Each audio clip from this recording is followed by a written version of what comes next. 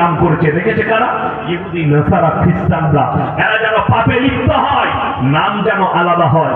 তারা নাম দিয়েছে চকলেট ডে, তার মানে হচ্ছে জিনার একটা বড় অস্ত্র। এরা নাম দিয়েছে কিস ডে, অথচ এটা জিনা। তারা নাম দিয়েছে আপনার ভ্যালেন্টাইন ডে, রোজ ডে, এগুলো সব এক একটা জিনার অস্ত্র। খালি নামটা পাল্টিয়ে আপনার ব্রেনে এরা ঢুকিয়ে দিয়েছে। আপনাদেরকে বলে দিই, এমন একটা যুগ আসবে মানুষ জানোয়ারের থেকেও খারাপ হবে। হারাম আওলাদ কি করে হবে? যারা শিক্ষিত আছে, টাউনশিপে বাস করে, মেদিনীপুর টাউনের কথা শুধু বলিনি, বর্তমান কলকাতা, দিল্লি, বোম্বাই, গুজরাট, দামি দামি টাউনগুলোর কথা বলছি। বর্তমানে শিক্ষিতরা, পয়সাওয়ালারা, তারা জিনাটার আর একটা নাম দিয়েছে, সেটার নাম দিয়েছে রিলেশনশিপ। কি নাম দিয়েছে? রিলেশনশিপ। আরে বয়স্ক বাবাজি যারা আছে, 60-70 বছর বয়স, তারা এটা কিনারাই করতে পারবে না রিলেশনশিপের মানে কি। হারামখোররা তো ইংরেজিতে নাম রেখেছে রিলেশনশিপ, তার সঙ্গে রইল, জিনা করলো। ক্যামেরা চলছে বলে আমি একজনের নাম নেবো না, ক্যামেরা চলছে বলে নাম নেবো না, কিন্তু একজন বিখ্যাত ফুটবলার, সে তার 9 বছরের মেয়েকে নিয়ে তার মাকে বিয়ে করতে গেছে। তার আগে তার মায়ের সাথে রিলেশনশিপে ছিল। শুনেলেন আল্লাহর নবীর হাদিস কত সত্য। তারা রিলেশনশিপ নাম দিয়েছে, তার সঙ্গে 2 মাস 4 মাস সময় কাটালো, কাটানোর পরে বাচ্চাও হয়ে গেল। যদি পছন্দ হয়, মনের মিল খায়, তবে তারা বিবাহ করবে, তা না হলে সেই বাচ্চাটা মায়ের পরিচয়ে বাঁচবে।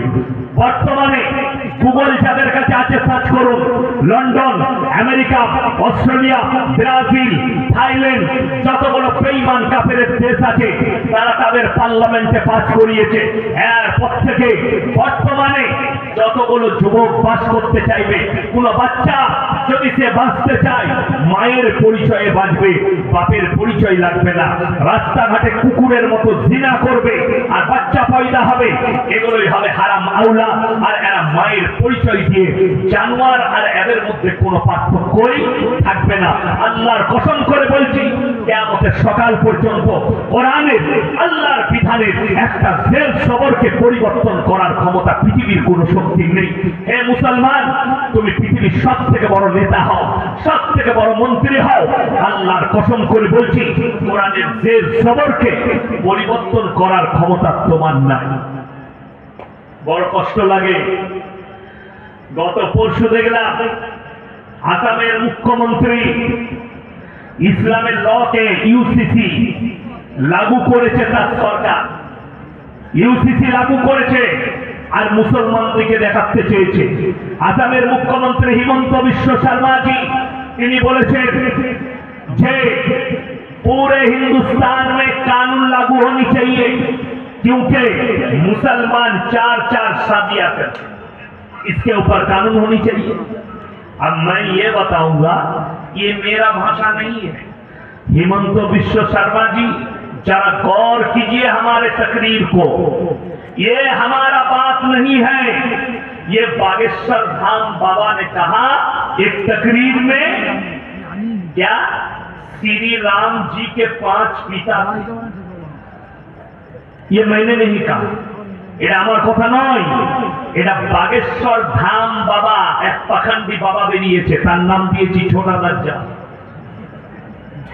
সে মাল নিজে বলছে শ্রী রামজিকে 5 পিতা थे। এটা আমাদের কোনো সমীক্ষা নয়, আর আমি জানিও না, ওই ধর্ম সম্পর্কে আলোচনাও করি না, কিন্তু বর্তমানে করতে হচ্ছে।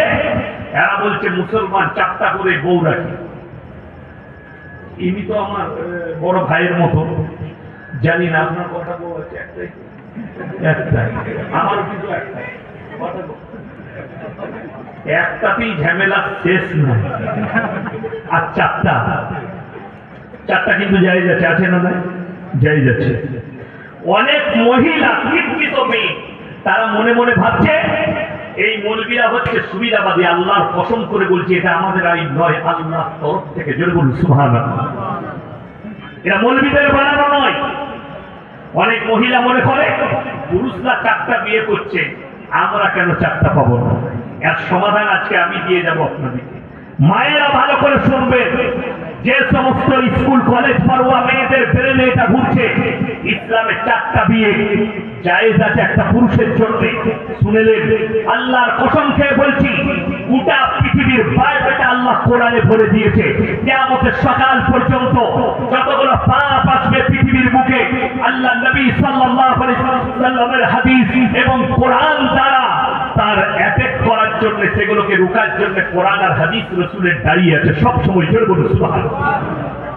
তার একটা নিবারণ শুনে নেন। যারা বলছেন মুসলমান 4টা করে বউ রাখে, আমি বলি ইসলামে আমরা নিকাহ করে 4টা বিয়ে রাখলে পাপ। মুসলমান আল্লাহর হাবিব 11টা বিবাহ করেছেন। এটা যদি তাদের কাছে খারাপ লাগে, আপনার কাছে যদি খারাপ লাগে, আমরা বলিনি। একজন অমুসলিম पंडित बोलছেন श्री किशन जी का 16,100 बीवी है, 16,100 बीवी थी। अब सोच लो 11 बीवी ज्यादा है कि 16,100 ज्यादा है? 16,100 ज्यादा है। अब तुम हमारे रसूल को खराब कैसे बोल सकते हो? सुने लें, আল্লাহর কসম করে বলছি, আল্লাহ নবী সাল্লাল্লাহু আলাইহি সাল্লাম 11টা বিবাহ করেছেন, তার মধ্যে 10টা খালি বিধবাকে বিয়ে করেছেন। জোরে বলুন সুবহানাল্লাহ। যারা যে সমস্ত শিক্ষিত যুবক নবীজি সাল্লাল্লাহু আলাইহি সাল্লামের আখলাক চিনতে পারেননি, এই উলামাদিকে চিনতে পারেননি, আমি আজকে তোমাদেরকে চিনিয়ে দিয়ে যাচ্ছি। চোখটা ভালো করে, দিলের চোখটা খুলে শোনো, খুব অন্তর দিয়ে শোনো। আল্লাহ নবী সাল্লাল্লাহু আলাইহি সাল্লাম 10টা বিধবাকে বিয়ে করেছিলেন। তুমি তোমার এলাকার ভালো অমুসলিম ভাইদের যারা স্কলার আছে, ধর্ম নিয়ে চর্চা করে, তাদেরকে জিজ্ঞেস করুন। ও অমুসলিম ভাইদের, আমাদের ভারতবর্ষে একটা প্রথা ছিল, সেটার নাম হচ্ছে সতী দাহ প্রথা। স্বামী মারা গেলে সেই চিতার মধ্যে জ্যান্ত অবস্থায় স্ত্রীকে জ্বালানো। সেই প্রথা গেল কোথা থেকে?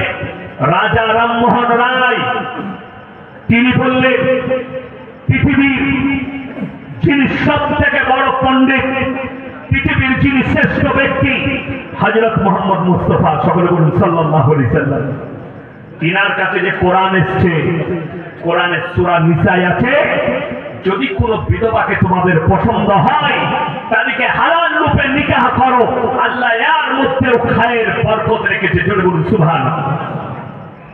আচ্ছা, যদি কেউ দ্বিতীয় বিয়ে করতে চায়, আপনারা স্টেজ থেকে কোনো উলামা সাড়া দিবেন, আপনারা বলুন, যদি কেউ দ্বিতীয় বউ করতে চায়, বিয়ে করতে চায়, আগের বউয়ের কাছে জিজ্ঞাসা করতে হবে না? হবে না? হ্যাঁ, হবে না? আচ্ছা, পৃথিবীর এমন কোন মেয়ে আছে আপনি যদি বলেন আমি কালকে আর একটা বিয়ে করবো, তোমাকে ঝাড়া করে মারবে না? মারবে না? মারবে না? সে কখনো ইজাজত দিবে? কখনো দিবে না। ওই জন্য শরীয়ত তোমার জানা হয়নি, ওই জন্য এই আলেম না। বিবির কাছে এজেন্ট নেবার প্রয়োজন নেই, বিনা এজেন্টে আপনি বিয়ে করতে পারেন দ্বিতীয় স্ত্রী। এরাই নয় যে ছেলেরা বলে ভালো বুঝুকে দাও দিচ্ছিস, কালকে আর একটা করবে, তুমিও কেলানি খাবে আমিও খাবো না। এর মধ্যেখানে একটা বড় কিন্তু শব্দ লুকিয়ে আছে। যদি তোমার মনে হয় যে আমি দ্বিতীয় বিয়ে করলে দুটো বউকে সমান চোখে দেখতে পারবো না, শরীয়ত বলছে তখন তোমার জন্য একটাই বিবি যথেষ্ট। জোরে বলুন সুবহানাল্লাহ। দুটো যদি বউ রাখো, আর তুমি যদি ফাঁস কাফারে তাহাজ্জুদের নামাজ পড়ো, আর একটা বউকে যদি 500 টাকা দামি শাড়ি দাও, আর একজনকে 400 টাকা দামি শাড়ি, তুমি কেমানি 100% খাবে, তোমার রেহাই নাই। তুমি যদি কাবা ঘরে নামাজ পড়ো, তাও আল্লাহর কাছে পাকড়াও হবে, তুমি অন্যায় করেছো, নাইনসাফি করেছো। এটার নাম শরীয়ত। কাগজটাকে নোট করুন। আমার মুসলমান ভাই যারা ইসলামকে গালি দিচ্ছে, আপনারা মনে করছেন দুশ্মন গুলো হিন্দু ঘরে জন্ম নিয়েছে? না, সব থেকে বড় বড় দুশ্মন ইসলামের এরা সব মুসলিম ঘরে জন্ম নিয়েছে। যদি বলেন নাম বলেন, আঙ্গুলে করে গুনতে থাকুন, নামগুলো বলে যাচ্ছে। 1 নম্বর তসলিমা নাসরিন, হিন্দু ঘরে না মুসলিম ঘরে? তাড়াতাড়ি বলবেন। মুসলিম ঘরের মেয়ে। এক নম্বর রসুলের দুশ্মন, কোরআনের দুশ্মন, আল্লাহর দুশ্মন। দ্বিতীয় নম্বর জাস্টিস ইনায়েতুল্লাহ মুসলিম ঘরে জন্ম নিয়েছে, রসুলের দুশ্মন, আল্লাহর দুশ্মন। তৃতীয় নম্বর ওয়াসিম রিজভী কোরআনের 28টা আয়াতের উপরে সুপ্রিম কোর্টে কেস ঠুকেছিল, এ হারামের আওলাদ, সে মুসলিম ঘরে জন্ম নিয়েছিল। তিনজন গেল। 4 নম্বর সালমান রুশদি, এই হারামের আওলাদ জন্ম নিয়েছিল মুসলিম ঘরে, ইসলামের দুশ্মন। 5 নম্বর পাকিস্তানের তারেক ফাতেহি, ভারতে ঠাঁই নিয়েছিল হারামের আওলাদটা, কিছুদিন আগে মারা গেছে। এই হারামখোর মিডিয়ার সামনে বলেছিল ইসলাম एक कैंसर की तरह बीमारी है, जोरे बोलूं नाउजुबिल्लाह।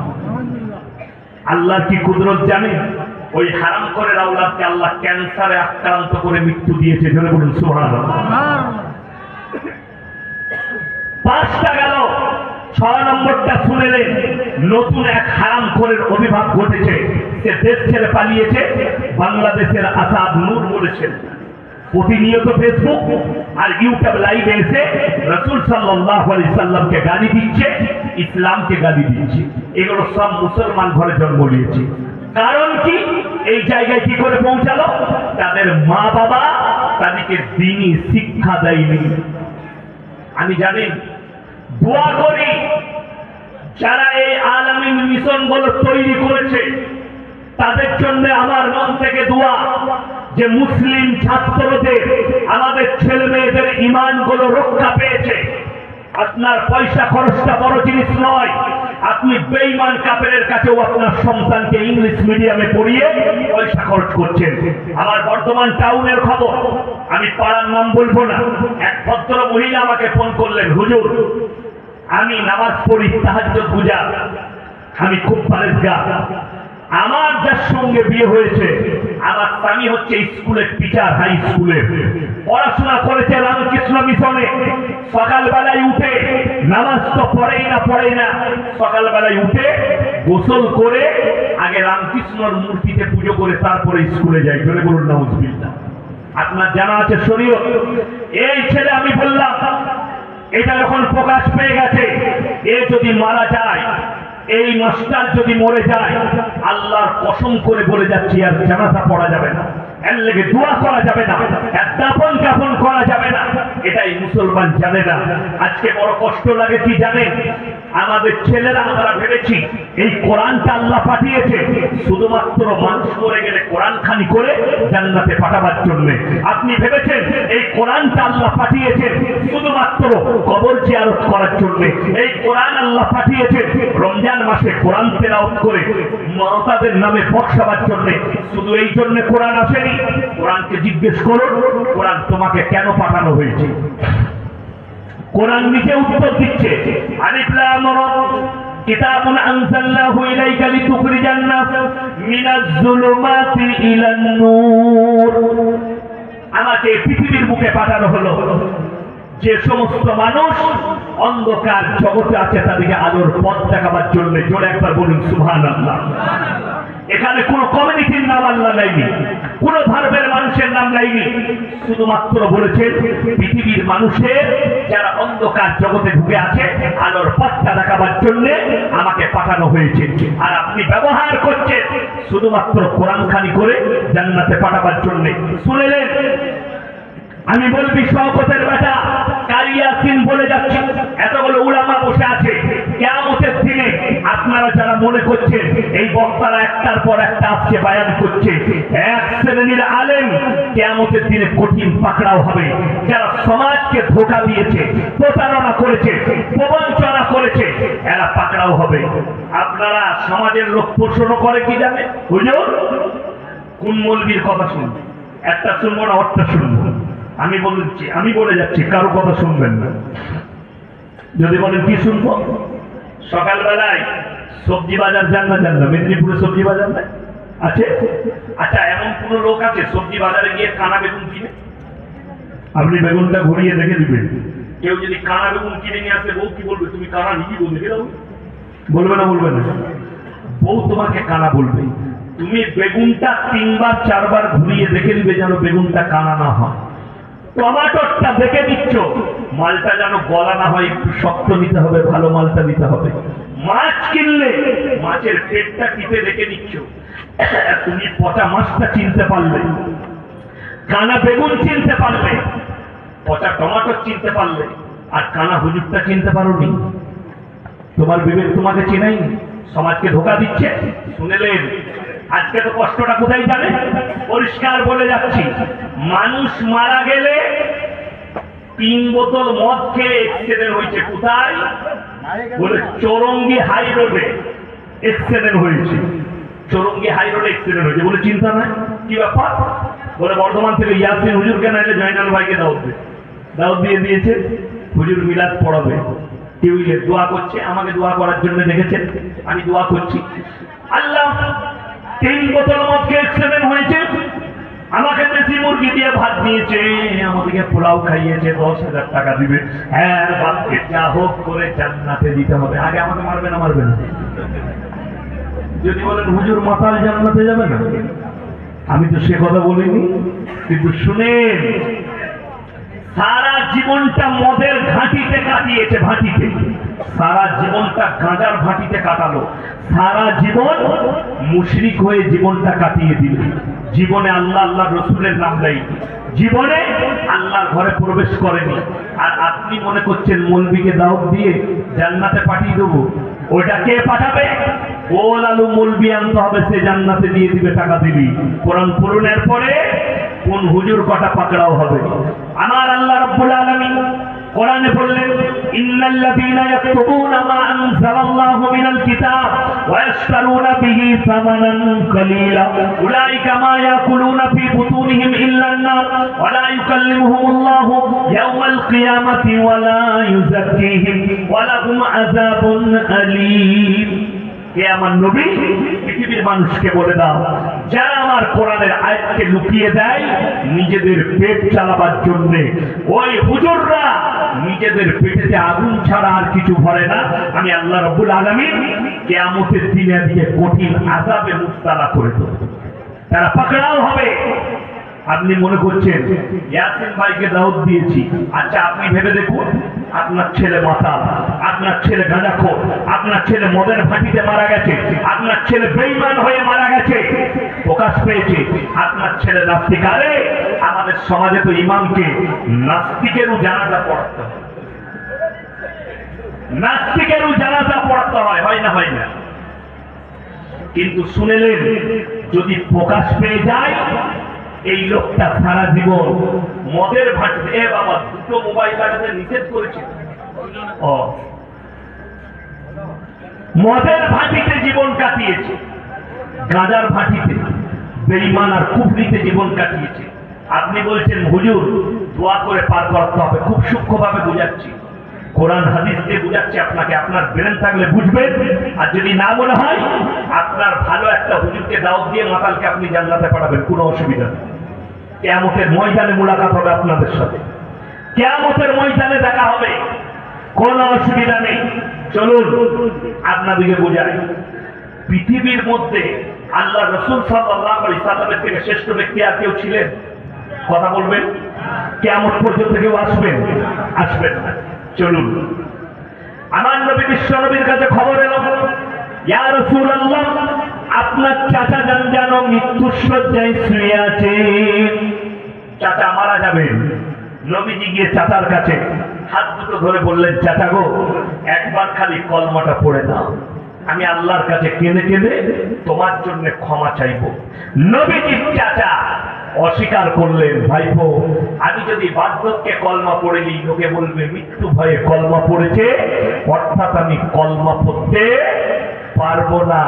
তিনি অস্বীকার করলেন। অস্বীকার করার পরে খুব দুঃখের সঙ্গে বলছি, নবীজি সাল্লাল্লাহু আলাইহি সাল্লামের চাচা দুনিয়া থেকে চলে গেলেন। আল্লাহ আয়াত পাঠালেন নবীজির কাছে, ইন্নাকা লা তাহদি মান আহবাবতা ওয়ালাকিন্নাল্লাহা ইয়াহদি মান ইয়াশা। সকলে বলুন, হিদায়াতের মালিক কে? আরো জোরে বলুন, কে? একমাত্র আল্লাহ রাব্বুল আলামিন। আল্লাহ বললেন, হে আমার বিশ্ব নবী, হিদায়াতের দপ্তরটা আমার আল্লাহর হাতে। তুমি যাকে ইচ্ছা করো তাকে হিদায়াত দিতে পারো না। আমার ইচ্ছা নেই তোমার চাচা কলমা পড়তে পারবে না, রসুলের চোখ দিয়ে পানি। চাচা যান চলে গেলে দুনিয়া থেকে, আল্লাহর হাবিব আল্লাহর কাছে হাত তুলে বসলেন আর কি বললেন, ওগো আল্লাহ, তুমি আমাকে যতদিন না নিষেধ করছো, আমি আমার চাচার জন্য কেঁদে কেঁদে তোমার কাছে ক্ষমা চাইব। নবীজি কাঁদতে লাগলেন আল্লাহর কাছে। আল্লাহ আবার আয়াত পাঠালেন। এই যে আয়াতটা পাঠালেন, শুধু একা আল্লাহ নবীকে নসিহত করেননি, মুমিনকেও নসিহত করলেন। মা কানা লিন নবী ওয়াল্লাযীনা আমানু আন ইস্তাগফিরু লিল মুশরিকিন ওয়ালাউ কানু উলি কুরবা। হে নবী এবং মুমিনরা শুনে নাও, যারা মুশরিক হয়ে বেঈমান কাফের হয়ে মারা গেছে তাদের জন্য দোয়া করতে পাবে না, যদিও তারা তোমাদের নিকটতম আত্মীয় হয়। তোমার ছেলে বাপ তাহাজ্জুদ গুজার, বেটা কিন্তু নাস্তিক, আল্লাহর কসম করে বলছি দোয়া করার রাস্তা নাই। নবীকে যখন নিষেধ করেছে, তুমি আর কোন ক্ষেতের মূলি যে তুমি দোয়া করতে পাবে নাস্তিকের জন্য, মুশরিকের জন্য, যে আল্লাহ বিরোধী রসুল বিরোধী হয়ে মারা গেছে। তসলিমা নাসরিনের মতো হারামের আওলাদ মরে গেলে কেউ যদি কোনো মৌলবি দোয়া করে, কোনো মৌলবি জানাজা পড়ায় জেনে শুনে, সেই মৌলবি কিয়ামতের দিনে কঠিন পাকড়াও হয়ে যাবে। কেউ যদি নাস্তিক হয় আর যদি প্রকাশ পেয়ে যায়, যদি বলেন হুজুর কি করব, তাকে কবরস্থানেও পোঁতা যাবে না। কবরস্থান পবিত্র জায়গা। কবরস্থান কি জায়গা? পবিত্র জায়গা। না পাক লোককে কি করে পুঁতবে?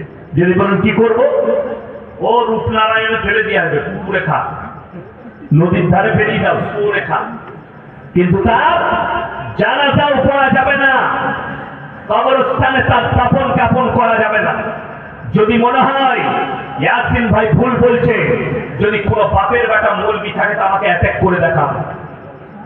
চ্যালেঞ্জ দিয়ে গেলাম, এই মেদিনীপুর টাউন থেকে গোটা পূর্ব মেদিনীপুরের কোন মুফতি যদি ফতোয়াটা কেটে যায় যে না ভুল বলেছে, নাস্তিকের জানাজা করা যাবে, তার জুতোর মালা পড়ে যাবে এই এলাহিগঞ্জের ক্যামেরা চালিয়ে।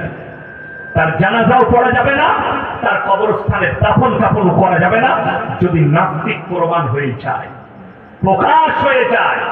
আপনি কি মনে করেছেন ইসলামটা বাপের ঘরে যায়নি?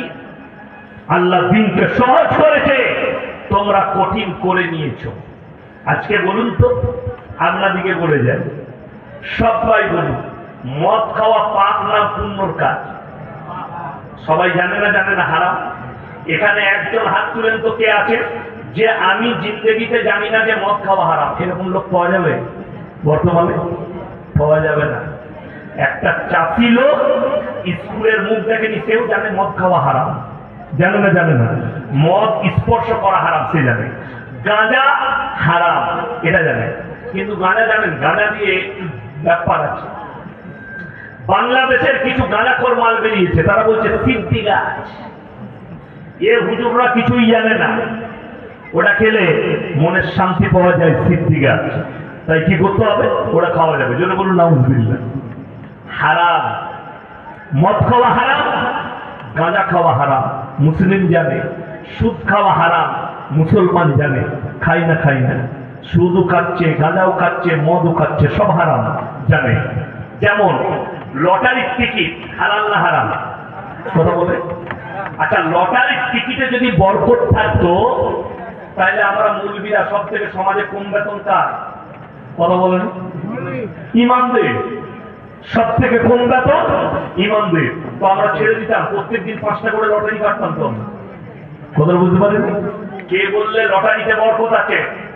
লটারি এই জন্য হারাম, সকলে বলুন ভাগ্যের মালিক কে? আরো জোরে বলুন কে? আল্লাহ। তুমি তাহলে নিজে কি করে ভাগ্য পরীক্ষা করছো? ভাগ্য পরীক্ষা যারা করে, গণককারের কাছে যারা হাত তাকাবে, তাদের ঈমান ধ্বংস হয়ে যাবে। কেন? ভাগ্যের মালিক একমাত্র আল্লাহ। তোমার তকদিরে যেটা আছে তুমি অবশ্যই পাবে। তোমার তকদিরে যেখানে মৃত্যু লেখা আছে অবশ্যই মৃত্যু ঘটবে। তোমার তকদিরে যতটা রুজি লেখা আছে অবশ্যই তুমি পাবে।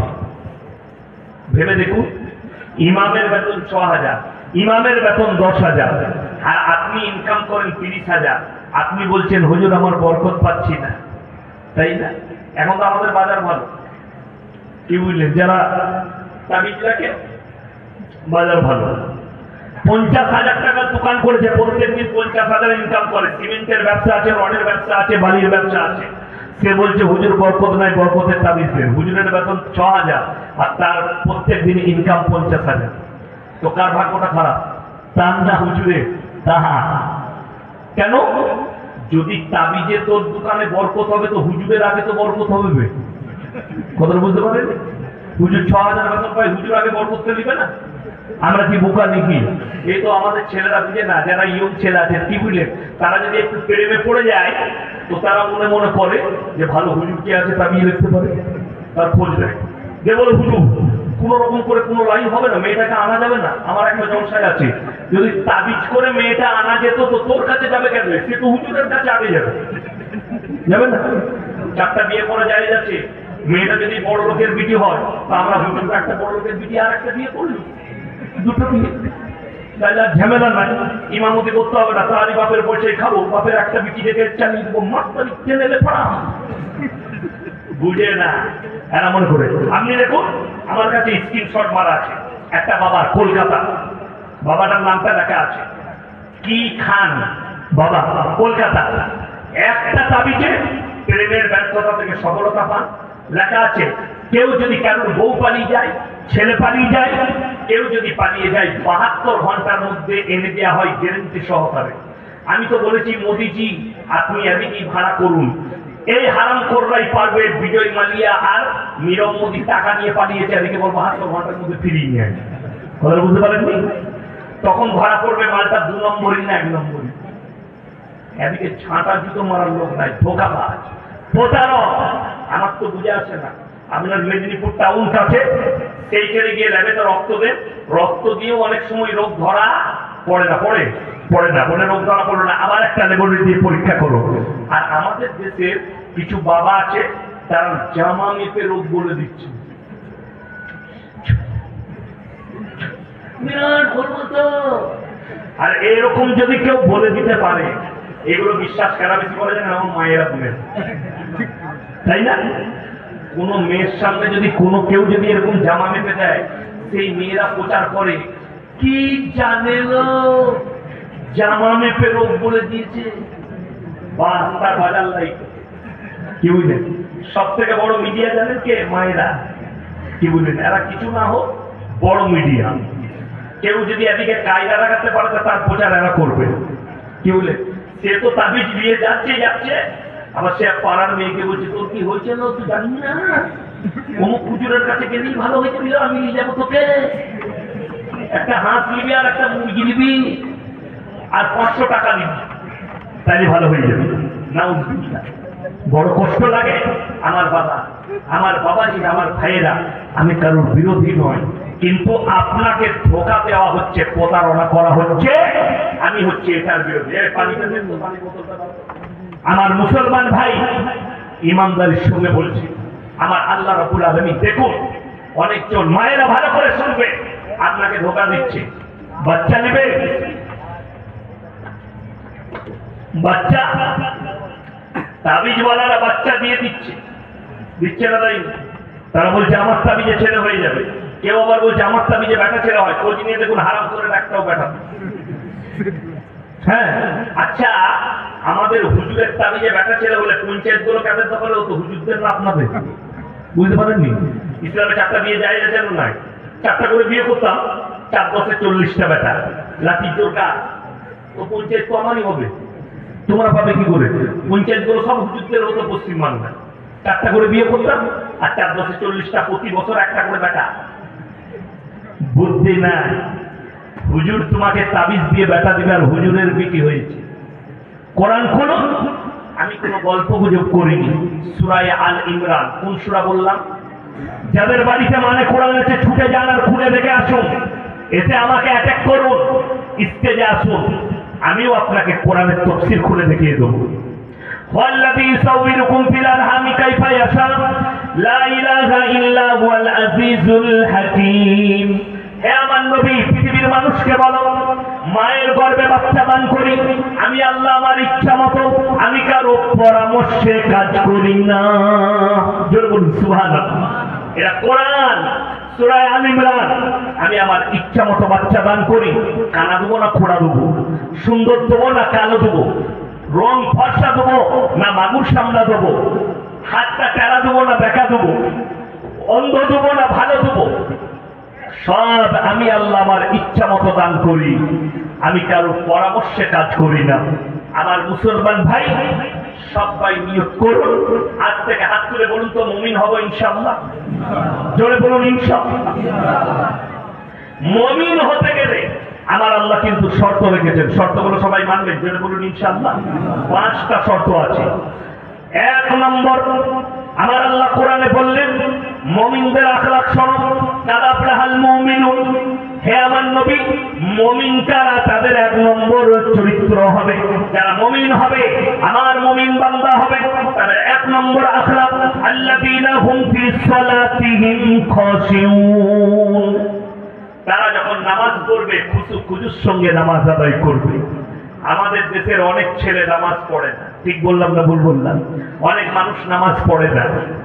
আল্লাহ নবী সাল্লাল্লাহু আলাইহি সাল্লামের হাদিস, যার জীবনে নামাজ নাই তার মধ্যে ইসলাম নেই। এরা কাগজটাকে তা নোট করে নিয়ে যান, তোমার মধ্যে নামাজ নেই, তোমার মধ্যে ইসলাম নেই। যদি বলেন হুজুর নামাজের ফায়দা কি? 1 নম্বর ফায়দা নোট করুন, কোরআনে অপর জায়গায় আছে, ইন্নাস সালাতা তানহা আনিল ফাহশাই ওয়াল মুনকার।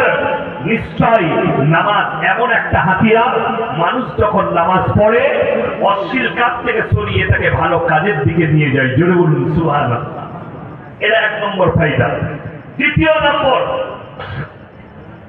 আপনাকে পাপ থেকে পাপ মুক্ত জীবন গড়ায়। আপনি যখন নামাজি হবেন, যদি তাসের আড্ডা বসে, সেই পাশ দিয়ে বেরিয়ে গেলে আপনি কিন্তু তাসের আড্ডায় বসতে পারবেন না। পারবেন? একটা দাড়ি টুপিওয়ালা বসতে পারে না। কেন? আমার মধ্যে আমি নামাজি, আমার এই জায়গায় বসা যাবে না। একটা নামাজি মদের আড্ডায় বসতে পারবে না, একটা নামাজি তাসের আড্ডায় বসতে পারবে না, একটা নামাজি সে ফট করে জুয়ার আড্ডায় বসতে পারবে না। কেন? তার নামাজটাকে বাধা দিবে। এখন এরপরে আলোচনা করব, আপনি কি আমরা কি অরিজিনালি নামাজি না পাইকিরি নামাজি? আমাদের দেশে পাইকিরি নামাজি বেশি, তাই না? এই রমজান মাস আসছে, অনেক মসজিদে তারাবি হয় না?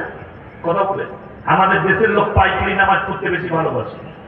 হাফেজ সাহেব যদি একটু বেশি স্পিড, একটু যদি আসতে পড়ে তো বলে কি হবে না, আমি স্পিড নেই, কাল থেকে হাফেজ সাহেবকে বলে দিবে একটু স্পিডটা বাড়াতে।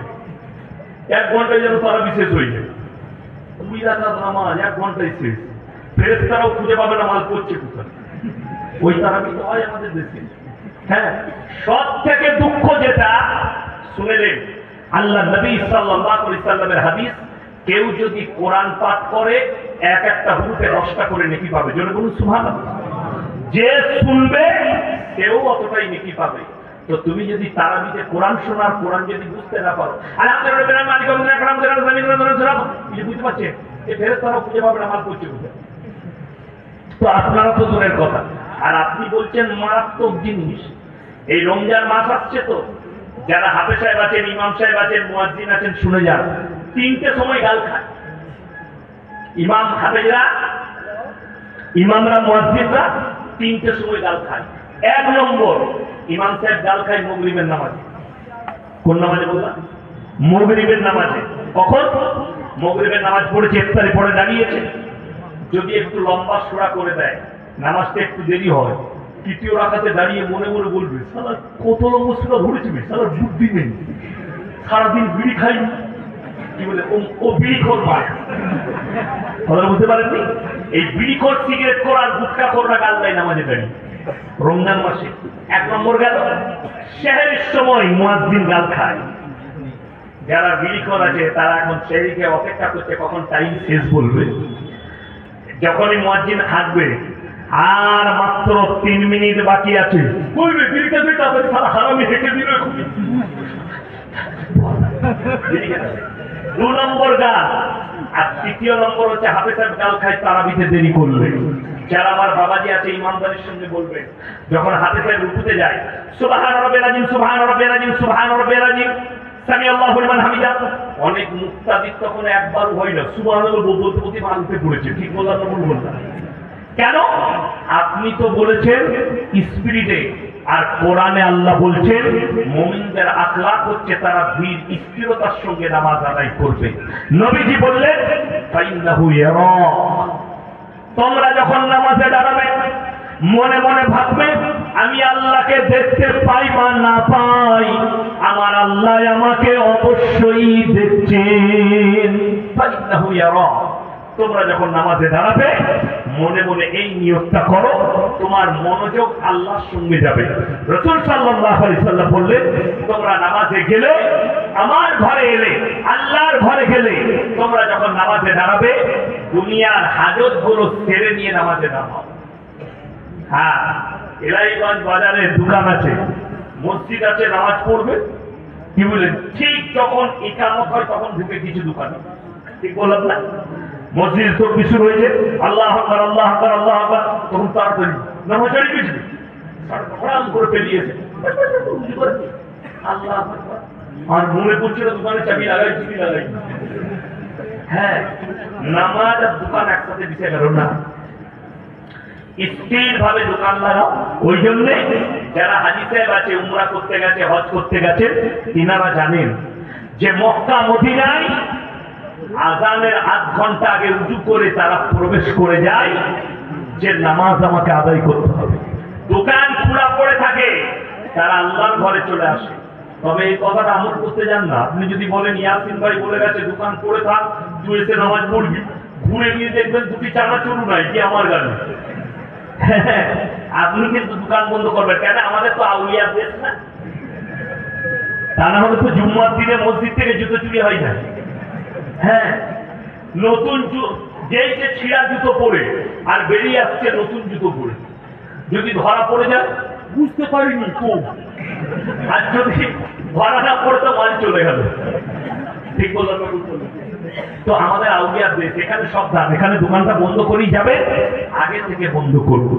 যারা মনে মনে ভাবছে, যদি কোনো মৌলবী কোনো হুজুর বলে থাকে, অনুরোধ করে বলছি, কেউ তো বলতে পারবে না যে মসজিদে ঢুকে গেলে আর বের হতে পাবে না, তোমাকে 24 ঘন্টা মসজিদে থাকতে হবে, এই নিদান কেউ দিতে পারবে না। কেন? আমার আল্লাহ রাব্বুল আলামিন কোরআনে মসজিদে কতক্ষণ থাকবেন, কতক্ষণ ইবাদত করবেন, এই সিস্টেমটাও বলে দিয়েছেন কোরআনে। জোরে বলুন সুবহানাল্লাহ।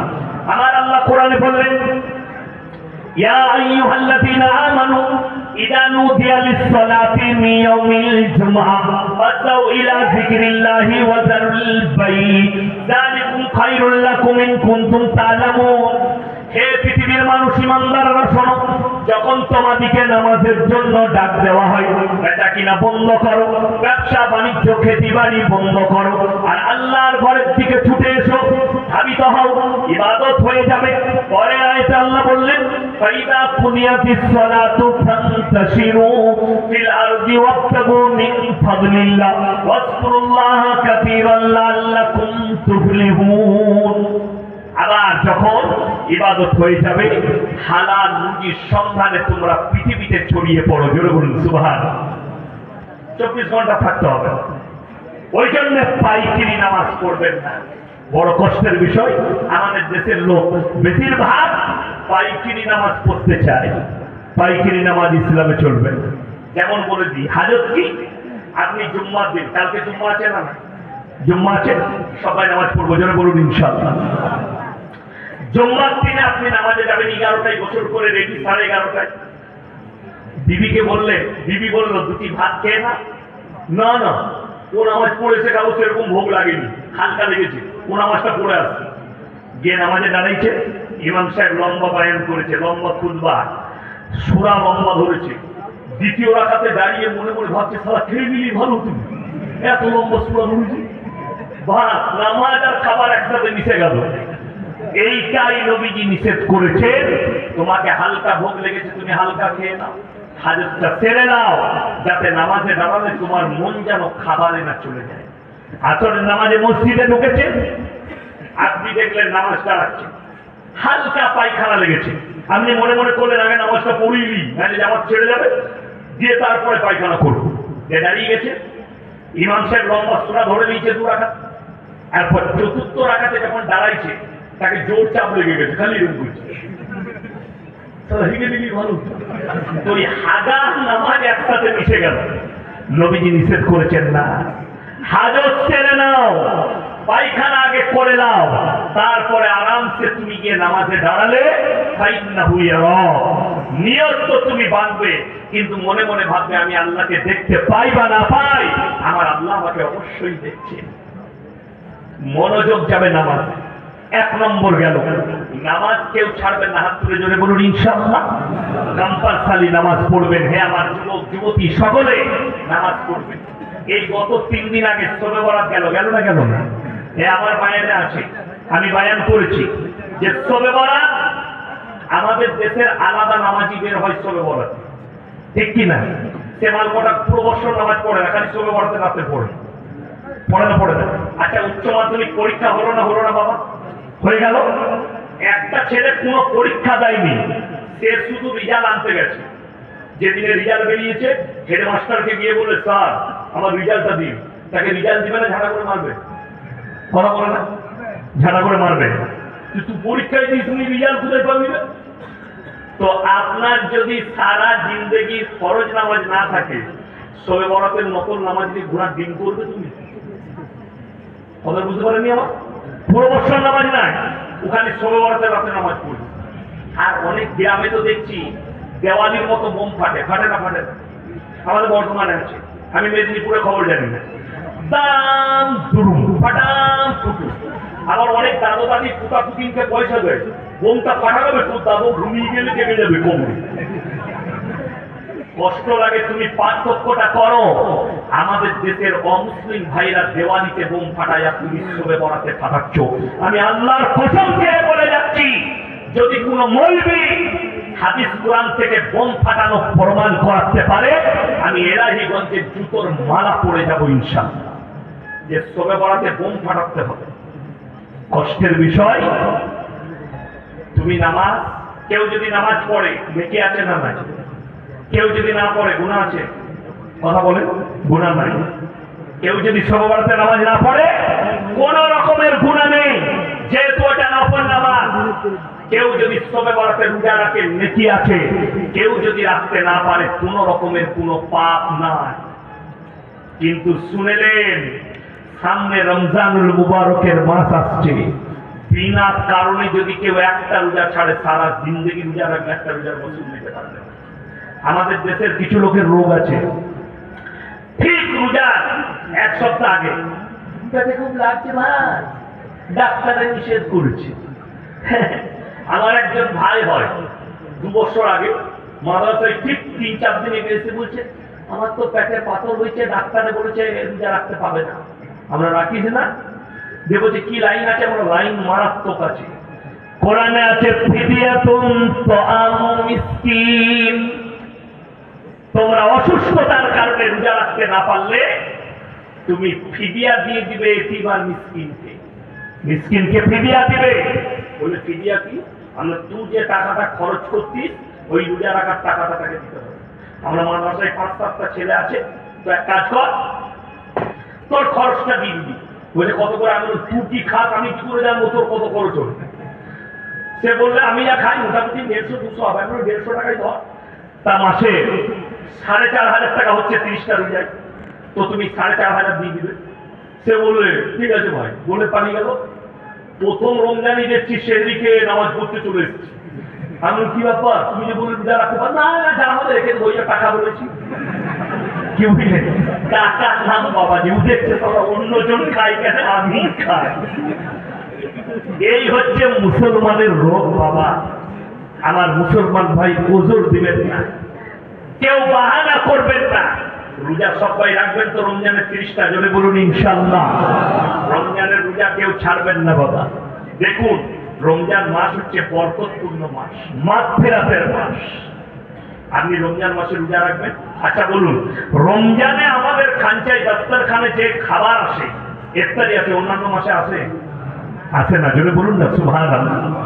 রমজান মাসে রোজদাররা শুনেন আপনার ঈমান কখন বেড়ে যায়, তাকওয়া কখন বাড়ে, যখন আপনি দস্তরখানে বসবেন, ইফতারি সামনে থাকবে, আর আপনি যখন অপেক্ষা করবেন আল্লাহ ডাক পড়বে, তার আগে আমি খানা খাবো না, মুখে দেবো না। এই ইন্তেজার, যখন ইন্তেজার করবেন, লাআল্লাকুম তাত্তাকুন, আল্লাহ তোমাদের তাকওয়াকে বাড়িয়ে দেবে। সকলে রোজা রাখবো, জেনে বলুন ইনশাআল্লাহ। এরপরে চলুন দ্বিতীয় নম্বরটা। এক নম্বর নামাজ কুসুফুজুর সঙ্গে, দ্বিতীয় নম্বর ওয়াল্লাযীনা হুম আনিল লাগবি মুরিদুন, এবং তারা নিজেদিকে যেন গুনাহ কাটা থেকে বঞ্চিত রাখে, পাপ থেকে বঞ্চিত রাখে, সমস্ত রকমের পাপ মুক্ত জীবন গড়বে। আমার মুসলমান ভাই, বর্তমান সময়ে, বর্তমান যুগে এই যে সময়টা চলছে, 95% পাপটা এই মোবাইল বহন করছে।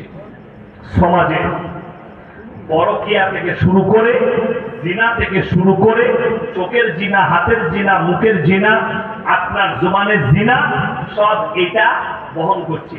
আপনারা এখন আমার যারা ভাই আছেন, বাবাজি আছেন, অনেকদিন জানেন না, আমরা তো গোটা পশ্চিমবাংলা, ভারতবর্ষ ঘুরছি। এখন একটা নতুন প্রেম বেরিয়েছে, প্রেমটার নাম হচ্ছে পবিত্র প্রেম। শুনেছেন না? আমাদের বাচ্চাটারা সব খেপে যাবে। পবিত্র প্রেম নাম দিয়েছে বলে হুজুররা জানে না একটা পবিত্র প্রেম আছে। প্রেম কি? প্রেমিকাও নামাজি আর প্রেমিকও নামাজি, দুজনাই কিন্তু নামাজি। মা সারা রাত কথা বলছে, কি বুঝলে? আর ফজরের সময় যখন আজান দিয়েছে, তোমাদের উপরে আজান হয়েছে? হয়নি, আমাদের এখানে আজান হয়ে গেল। বলে শোনা, তাহলে তুমি নামাজ পড়ে নাও, আমিও নামাজ পড়তে যাব। বলে হ্যাঁ। বলে তাহলে রাখছি শোনা? বলে হ্যাঁ। বলে একটা দিবে না? এই একটা দিবে না আর আমি বুঝবো না।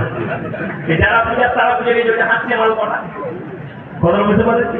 যারা পূজা তারা বুঝে গেছে। এটার নাম দিয়েছে পবিত্র। নাউজুবিল্লাহ। জিনা কখনো পবিত্র হয় না, সব হারাম। মুখের জিনা, হাতের জিনা, চোখের জিনা, অন্তরের জিনা। আপনি যারা মুখের দ্বারা জিনা করছেন, যারা মনে করছেন হুজুর আমরা তো অস্বীকার করে নেব, আল্লাহর কসম করে বলছি অস্বীকার করার রাস্তা কিয়ামতের দিনে থাকবে না। কেন? দুটো লাইন রেখেছেন আল্লাহ। কটা বললাম? দুটো। এক নম্বর হচ্ছে সূরা ইয়াসিন, আল-ইয়াওমা নাখতিমু আলা আফওয়াহিহিম ওয়া তুকাল্লিমুনা আইদিহিম ওয়া তাশহাদু আরজুলুহুম বিমা কানু ইয়াকসিবুন। আমি আল্লাহ রাব্বুল আলামিন কিয়ামতের দিনে তাদের জবানগুলো সিলাই করে দেব। হাত কথা বলবে, চোখ কথা বলবে, ঠোঁট কথা বলবে, আমি এদের জবানগুলো খুলে দেবো, অঙ্গ প্রত্যঙ্গরা সাক্ষী দিবে। এটা এক নম্বর। আর যারা মনে মনে ভাবছেন ইয়াসিন ভাই আপনি এসছেন কিয়ামতের দিনে, আপনারই মুরিদ হব, আপনাকেই ধরবো, আপনাকে ভালোবাসবো, আপনি আমাকে পার করাবেন, কোরআন খুলেন। আল্লাহ কোরআনে কি বলছেন?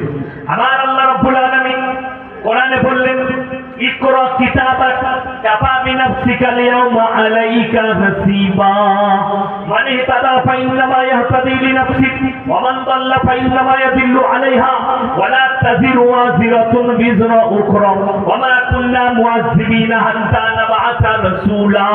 হে আমার বিশ্বনবী, পৃথিবীর মানুষকে বলো কিয়ামতের দিনে ইকরা কিতাবাক, তাদের হাতে তাদের আমলনামা ধরিয়ে দেওয়া হবে আর বলা হবে তোমরা নিজের মুখে নিজের হিসাবটা দিয়ে দাও। তুমি নিজের মুখে তোমার আমলনামা পড়ে শোনাও, কোন জায়গায়, কত সেকেন্ডে, কত মিনিটে পাপ করেছিলে, কত মিনিটে পুণ্য করেছিলে, কোথায় কি কি করেছো, তুমি নিজের মুখে পড়ে শোনাবে। তোমার পাপ পুণ্য তোমার নিজের মুখে শোনাতে হবে। তুমি চিন্তাধারা নাও যে তুমি কি করে বাঁচবো চিন্তা করছো, কি করে পেরুবো চিন্তা করছো। আল্লাহর কসম, এক একটা মানুষও আল্লাহর কাছে বিনা হিসাবে পার হতে পারবে না। সে নেতা হোক, মন্ত্রী হোক, রাজা হোক, বাদশা হোক, আমি হোক, আর যেই হোক।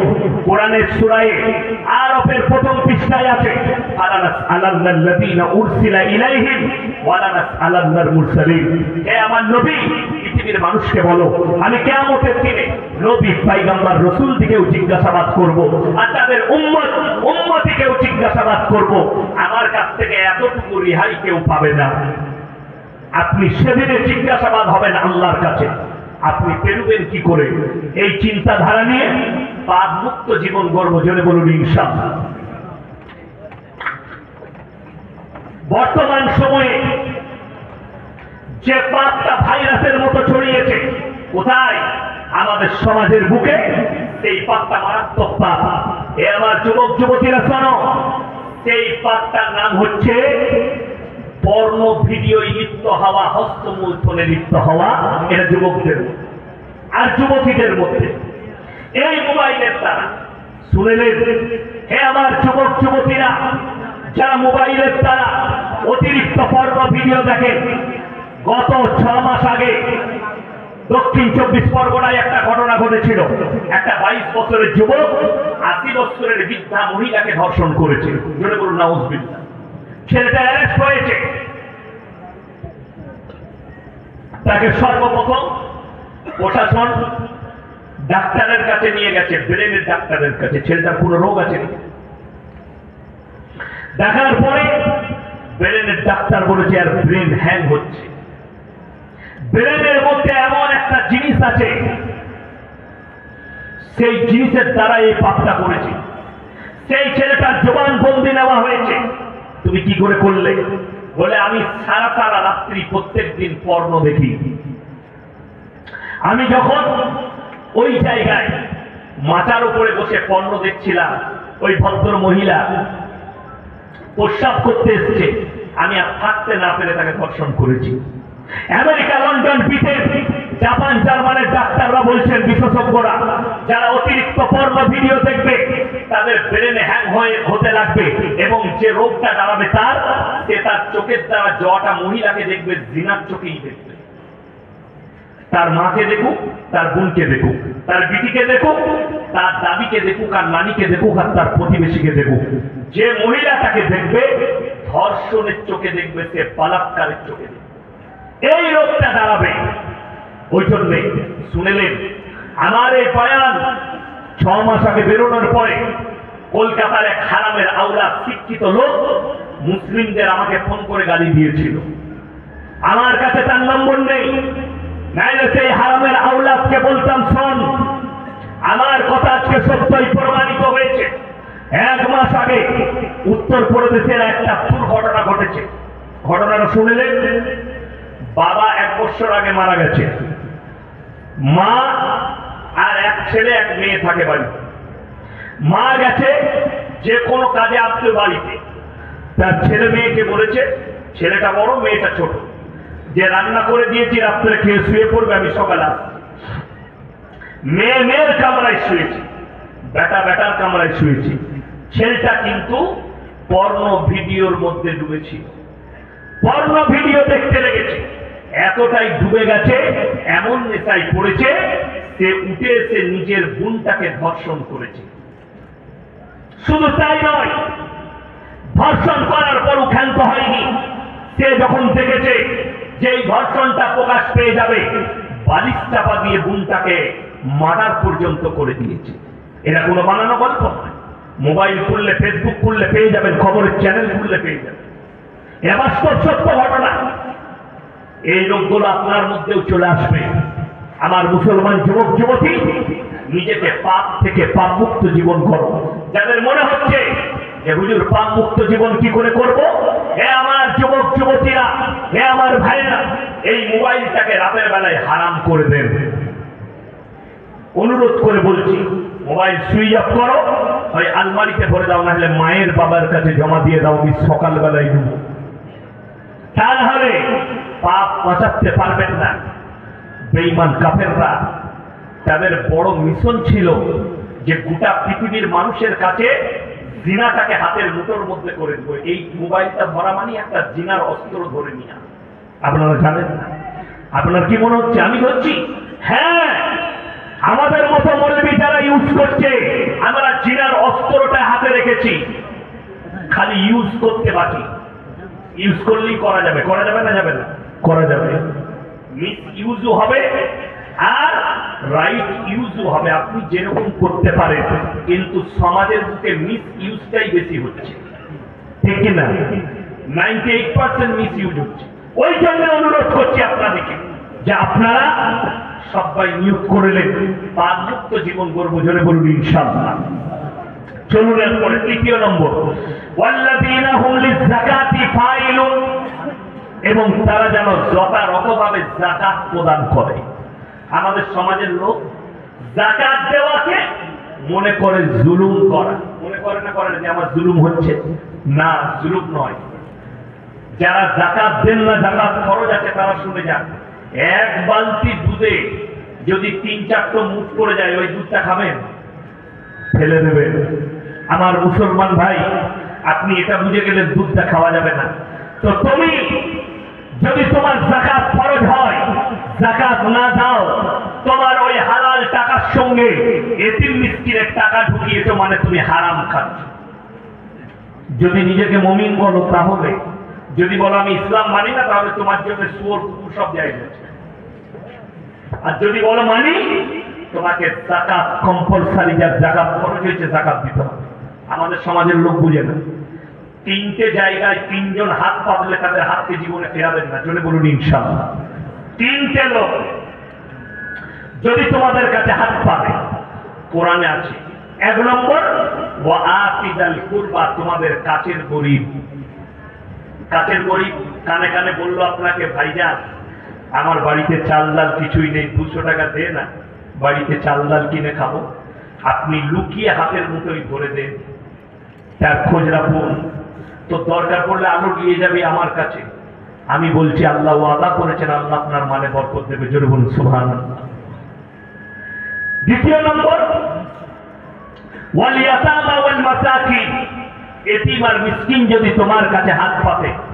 3 নম্বর, ওয়াবনাস সাবিলি ওয়ালা তুবাদ্দিদ তাবদীল, মুসাফির, কাছের গরীব, এতিম মিসকিন আর মুসাফির, এই 3 জন যদি তোমাদের কাছে হাত পাতে, এদের হাতে যদি তোমরা পয়সা দাও, এদের দোয়াকে আল্লাহ কারেন্টের মতো কবুল করবেন, জোরে বলুন সুবহানাল্লাহ।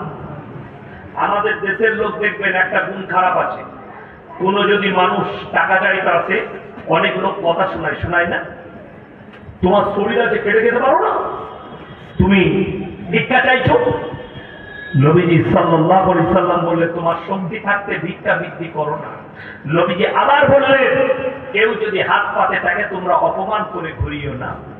যারা দান করেন, 1 টাকা 2 টাকা হোক আর 100 গ্রাম চাল হোক, মনে মনে ভাববেন আল্লাহ আমাকে দেনেওয়ালা বানিয়েছে, চাহনেওয়ালা বানাই। আমি হাত পাতিনি, আল্লাহ তো আমাকে দেনেওয়ালা বানিয়েছে, সামনেওয়ালাকে আল্লাহ হাত পাতিয়েছে। শুকর আদায় করবেন সিজদায় পড়ে যে আল্লাহ তুমি আমাকে দেনেওয়ালা বানিয়েছো। 1 টাকা দেন আর 2 টাকা দেন, আল্লাহ তোমাকে দেনেওয়ালা বানিয়েছে, তোমাকে চাহনেওয়ালা বানাই, তোমাকে হাত পাতনেওয়ালা বানাইনি। আল্লাহ তোমাকে দেনেওয়ালা বানিয়েছে, এটা মনে রাখবেন। আর মুসাফির, এই 3 জন আল্লাহ মাল কারে কখন শুনে নেন, ইন্নাল মুবাদদিরিনা কানু ইখওয়ানাশ শায়াতিন ওয়া কানা আশ-শাইতানু লিরাব্বিহি কাফুরা। মানুষ যখন অপব্যয় করে, আল্লাহ কোরআনে বললেন যারা অপব্যয়কারী তারা হচ্ছে শয়তানের ভাই। শয়তান জাহান্নামী, তার ভাই যারা হবে তারা জান্নাতে যেতে পারবে না। অপব্যয় কাকে বলে? আপনার হালাল টাকা আপনি লটারিতে খরচ করছেন, মেয়ের পেছনে খরচ করছেন, মদে গাঁজায় খরচ করছেন, গান বাজনায় খরচ করছেন, ইসলাম বিরোধী কাজে আপনি খরচ করছেন, এগুলো হচ্ছে অপব্যয়। আর আল্লাহ কোরআনে বললেন এরা হচ্ছে শয়তানের ভাই। তখন আল্লাহ মালকে কেড়ে নিবেন তোমার কাছ থেকে। অনেকজন বলে হুজুর বেঈমান কাফেররা তো এত পাপ করে, তাদের কেন মাল থাকে? এইখানে একটা পয়েন্ট আছে, কিয়ামতের দিনে পাপ আর পুণ্যের হিসেব হবে মুমিনের। কথাটা বুঝে আসছে না? আসেনি? কার? যারা ঈমান এনেছে তাদের। যারা ঈমান আনেনি তাদের জন্য জাহান্নাম ছাড়ার কোনো পথই থাকবে না, হিসেবই থাকবে না। কথাটা বুঝতে পেরেছেন না পারেননি? বুঝাতে পারলাম? তাদের জন্য কোনো হিসেবই থাকবে না। যারা রসুলের প্রতি ঈমান আনেনি, আল্লাহর প্রতি বিশ্বাস আনেনি, তাদের হিসেব নিকেশই থাকবে না। তাদের জন্য ফি নারি জাহান্নামা খালিদিনা ফিহা, তারা দাখিল হবে জাহান্নামে। হিসেব হবে তো ঈমানদারের, মুমিনের। যারা কলমা পড়েছে, বিশ্বাস করার পরেও যারা পাপ আর পুণ্য করেছে, তাদের আল্লাহ হিসেব নেবে। হিসেবটা তাদের হবে। আমার মুসলমান ভাই খুব ভালো করে বুঝবেন, চতুর্থ নম্বরটা ওয়াল্লাযীনা হুম লিফুরুজিহিম হাফিজুন, এবং তারা যেন নিজেদের লজ্জা স্থানের রক্ষণাবেক্ষণ করে। হে পুরুষ, হে যুবক, তোমার মধ্যে আল্লাহ যে যৌবনটা দিয়েছে, এটা শুধুমাত্র তোমার বিবির হক, তোমার বিবির হক। আর আমার মায়েরা, বোনেরা যারা শুনছেন তারা শুনে যান, তোমাদের মধ্যে আল্লাহ যে যৌবন দিয়েছে, তোমাদের যে শরীর দিয়েছে, এটা শুধুমাত্র তোমার স্বামীর হক। বিবাহিত হোক আর অবিবাহিত হোক, তোমরা পরকীয়ায় জড়িও না। আল্লাহ বললেন, আমার মুমিন সে যে নিজের মুমিন বান্দা, সে যে নিজের লজ্জা স্থানের হেফাজত করে। 5 নম্বরটা মারাত্মক, ইল্লা আলা আজওয়াজিহিম আও মা মালাকাত আইমানুহুম ফাইন্নাহুম গায়রু মালুমিন ফামান ইবতাগা ওয়ারাআ যালিকা ফাউলাইকা হুমুল আদুন। হে নবী, পৃথিবীর মানুষকে বলে দাও। আর 5 নম্বর, তোমরা তোমাদের স্ত্রীর সঙ্গে ভালো ব্যবহার করবে। সকলে করবেন, জোরে বলুন ইনশাআল্লাহ। স্ত্রী ছাড়া অপরের সঙ্গে সম্পর্ক করলে তোমরা হবে আমার সামনে সীমা লঙ্ঘনকারী। তোমরা সীমা লঙ্ঘনকারী।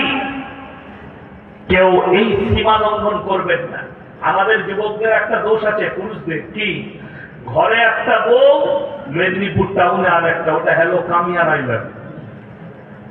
কষ্টটা কোথায় বলুন তো? আপনি যদি মেদিনীপুর টাউনে বাস স্ট্যান্ডে কোন লোকের বউয়ের সাথে গল্প করেন, ভেতরটা কিন্তু হাওড়া শিয়ালদা হবে। হবে না? হবে না? একটা করে কথা বলবেন আর মনে মনে হবে কেউ দেখলো, কেউ দেখলো। হবে না? হবে না? ভেতরটা। আপনি যদি বিবির সঙ্গে সারা রাত গল্প করে, পৃথিবীর কেউ প্রশ্ন করবে না কেন তোর বিবির সঙ্গে মজাক করছিনি, গল্প করছিনি কেন? স্ত্রী হচ্ছে হালাল, আল্লাহ আপনাকে দান করেছে। আপনি সারা রাত গল্প করুন বুকে জড়িয়ে ধরে, কোনো দোষের নাই। কিন্তু তুমি পরকীয়ায় জড়িও না। দেখবে বাজারে গেছে, মেদিনীপুর টাউনে ব্যবসা করে, বউ ফোন করছে, হ্যালো 12টা বেজে গেছে, তাড়াতাড়ি এসো, ভাত খাবে না? এরপর দোকান বন্ধ করে দাও, আবার গিয়ে খুলবে। এর 1 ঘন্টা খদ্দের আছে। স্বামী তো, স্ত্রী মনে মনে করলে আর আমার স্বামীর ব্যবসা ভালো চলছে, এই বলে গায়ে রেখে দিল। কিন্তু যদি আমার দীপালি ফোন করে হারাম করে 3 ঘন্টা প্রেমিকের সাথে গল্প করছে, কোনো ব্যাপার না। হ্যালো, হ্যাঁ বলা, ঠিক আছে, ভালো আছো, খেয়েছো? হারাম করে বউকে কোনদিন জিজ্ঞেস করেছো ভাত খেয়েছো? কিন্তু প্রেমিককে জিজ্ঞেস করে। এরা কিয়ামতের আলামত। মানুষ পরকীয়াকে প্রাধান্য দেবে, নিজের স্ত্রীকে দূরবাসবে। এরা কিয়ামতের আলামত। ওই জন্য বিবিকে সবাই ভালোবাসবেন, যেন বলুন ইনশাআল্লাহ। মুমিনকে, মুমিনদের আখলাক কি শুনেলেন? ফজরের নামাজ পড়েছেন আপনি আপনার মসজিদে, তাসবিহ করতে বসেছেন, সুবহানাল্লাহ সুবহানাল্লাহ সুবহানাল্লাহ। চলে এলো কে? বেটা এসে বলছে, আব্বা গো তাড়াতাড়ি ঘরে চলো। কেন রে? মায়ের খুব শরীর খারাপ। বলে চল, আমি যাচ্ছি। চলে গেল। আবার এই তাসবিহ করছে, সুবহানাল্লাহ সুবহানাল্লাহ সুবহানাল্লাহ। আবার 20 মিনিট পরে বেটা ছুটে এলো, আব্বা তাড়াতাড়ি চলো। দেখছি বলুন, তোমায় দেখতে পাসনি, তাসবিহ করছি। ইসলাম বলছে, শরীয়ত বলছে, তাসবিহ কেড়ে নাও, ঘাড়ে ধরে মসজিদ থেকে বার করে দাও। তাসবিহ থেকে বড় ফরজ বিবির কাছে ছুটে যাওয়া। তোমার জন্য ওষুধ আনবো, মাথাটা একবার টিপে দেবো, পাটা একবার টিপে দেবো, একবার হাতটা টিপে দেবো। অনেক ছেলেরা বলবে কি হুজুরকে দাও দিবে, বইয়ের পা টিপতে বলছি। হ্যাঁ, তুমি ঘরে যাও, হুজুররা টিপে, হ্যাঁ হুজুররা বইয়ের পা টিপে। তুমি খালি ঘরে যাও, এই পাটে ইয়াসিন ভাই বলে গেছে পা টিপতে, হ্যাঁ রে আমি পেরিয়েছি। আমার মুসলমান ভাই না, স্ত্রীর খিদমত করো।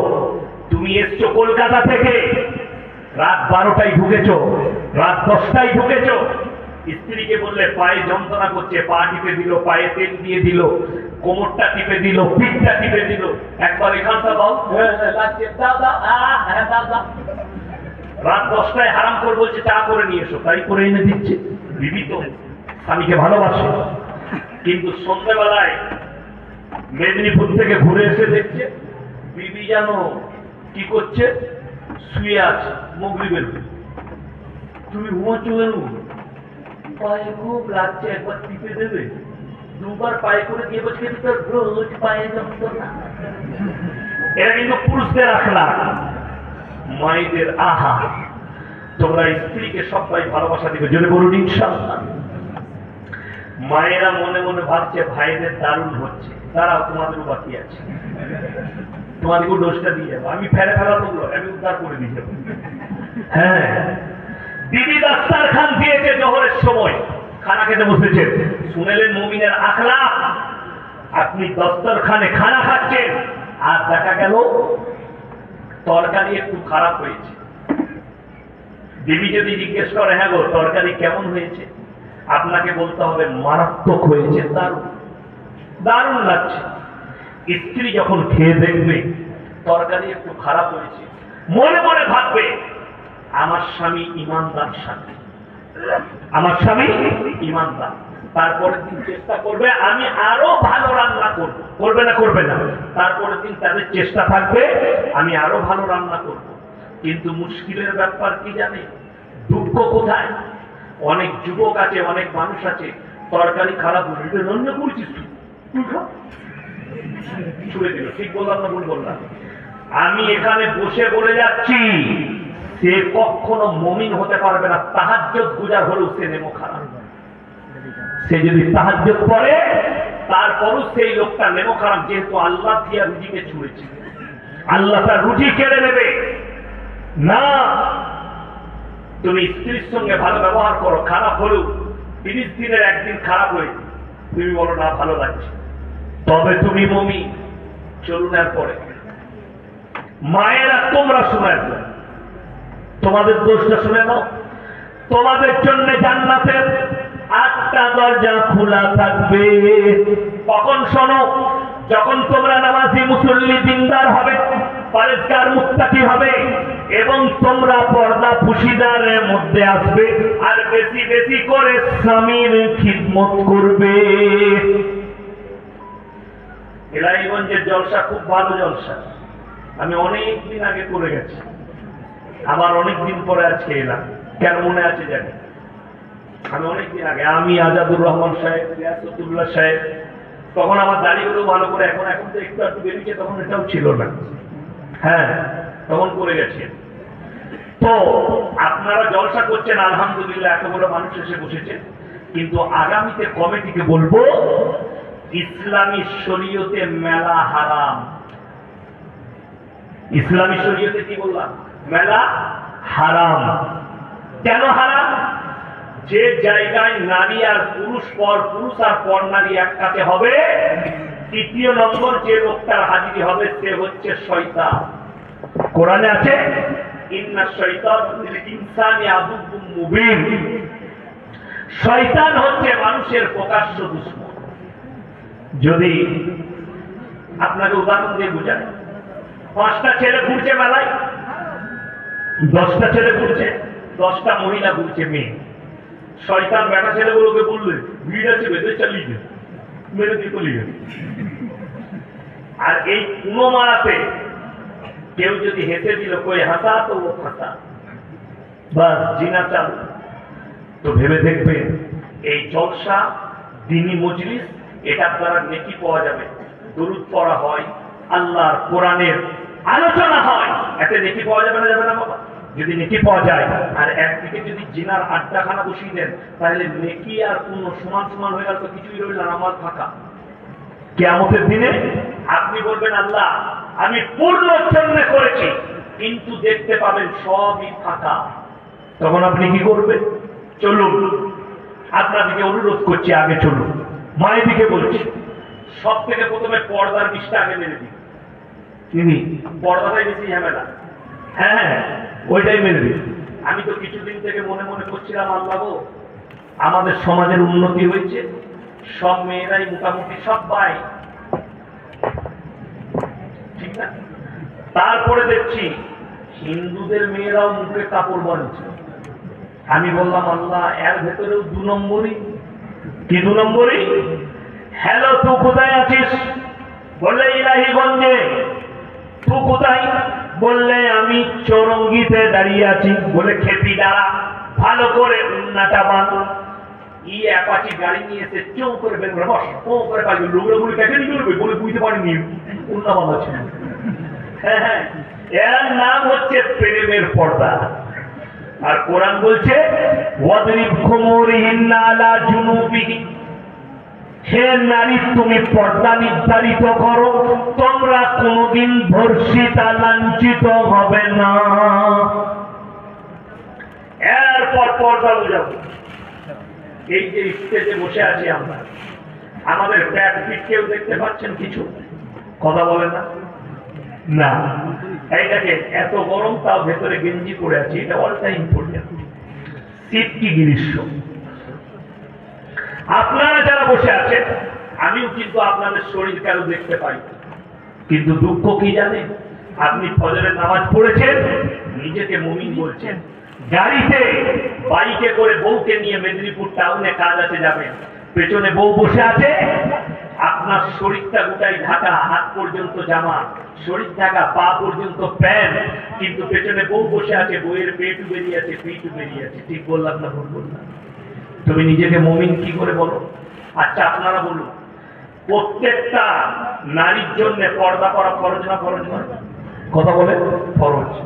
আল্লাহর নবীর হাদিস, যেদিন থেকে পর্দা ফরজ হয়েছে, নবীজি সাল্লাল্লাহু আলাইহি সাল্লামের একটা বিবি হুজরা খানা থেকে নোকতা পর্যন্ত বার করেনি। জোরে বলুন সুবহানাল্লাহ।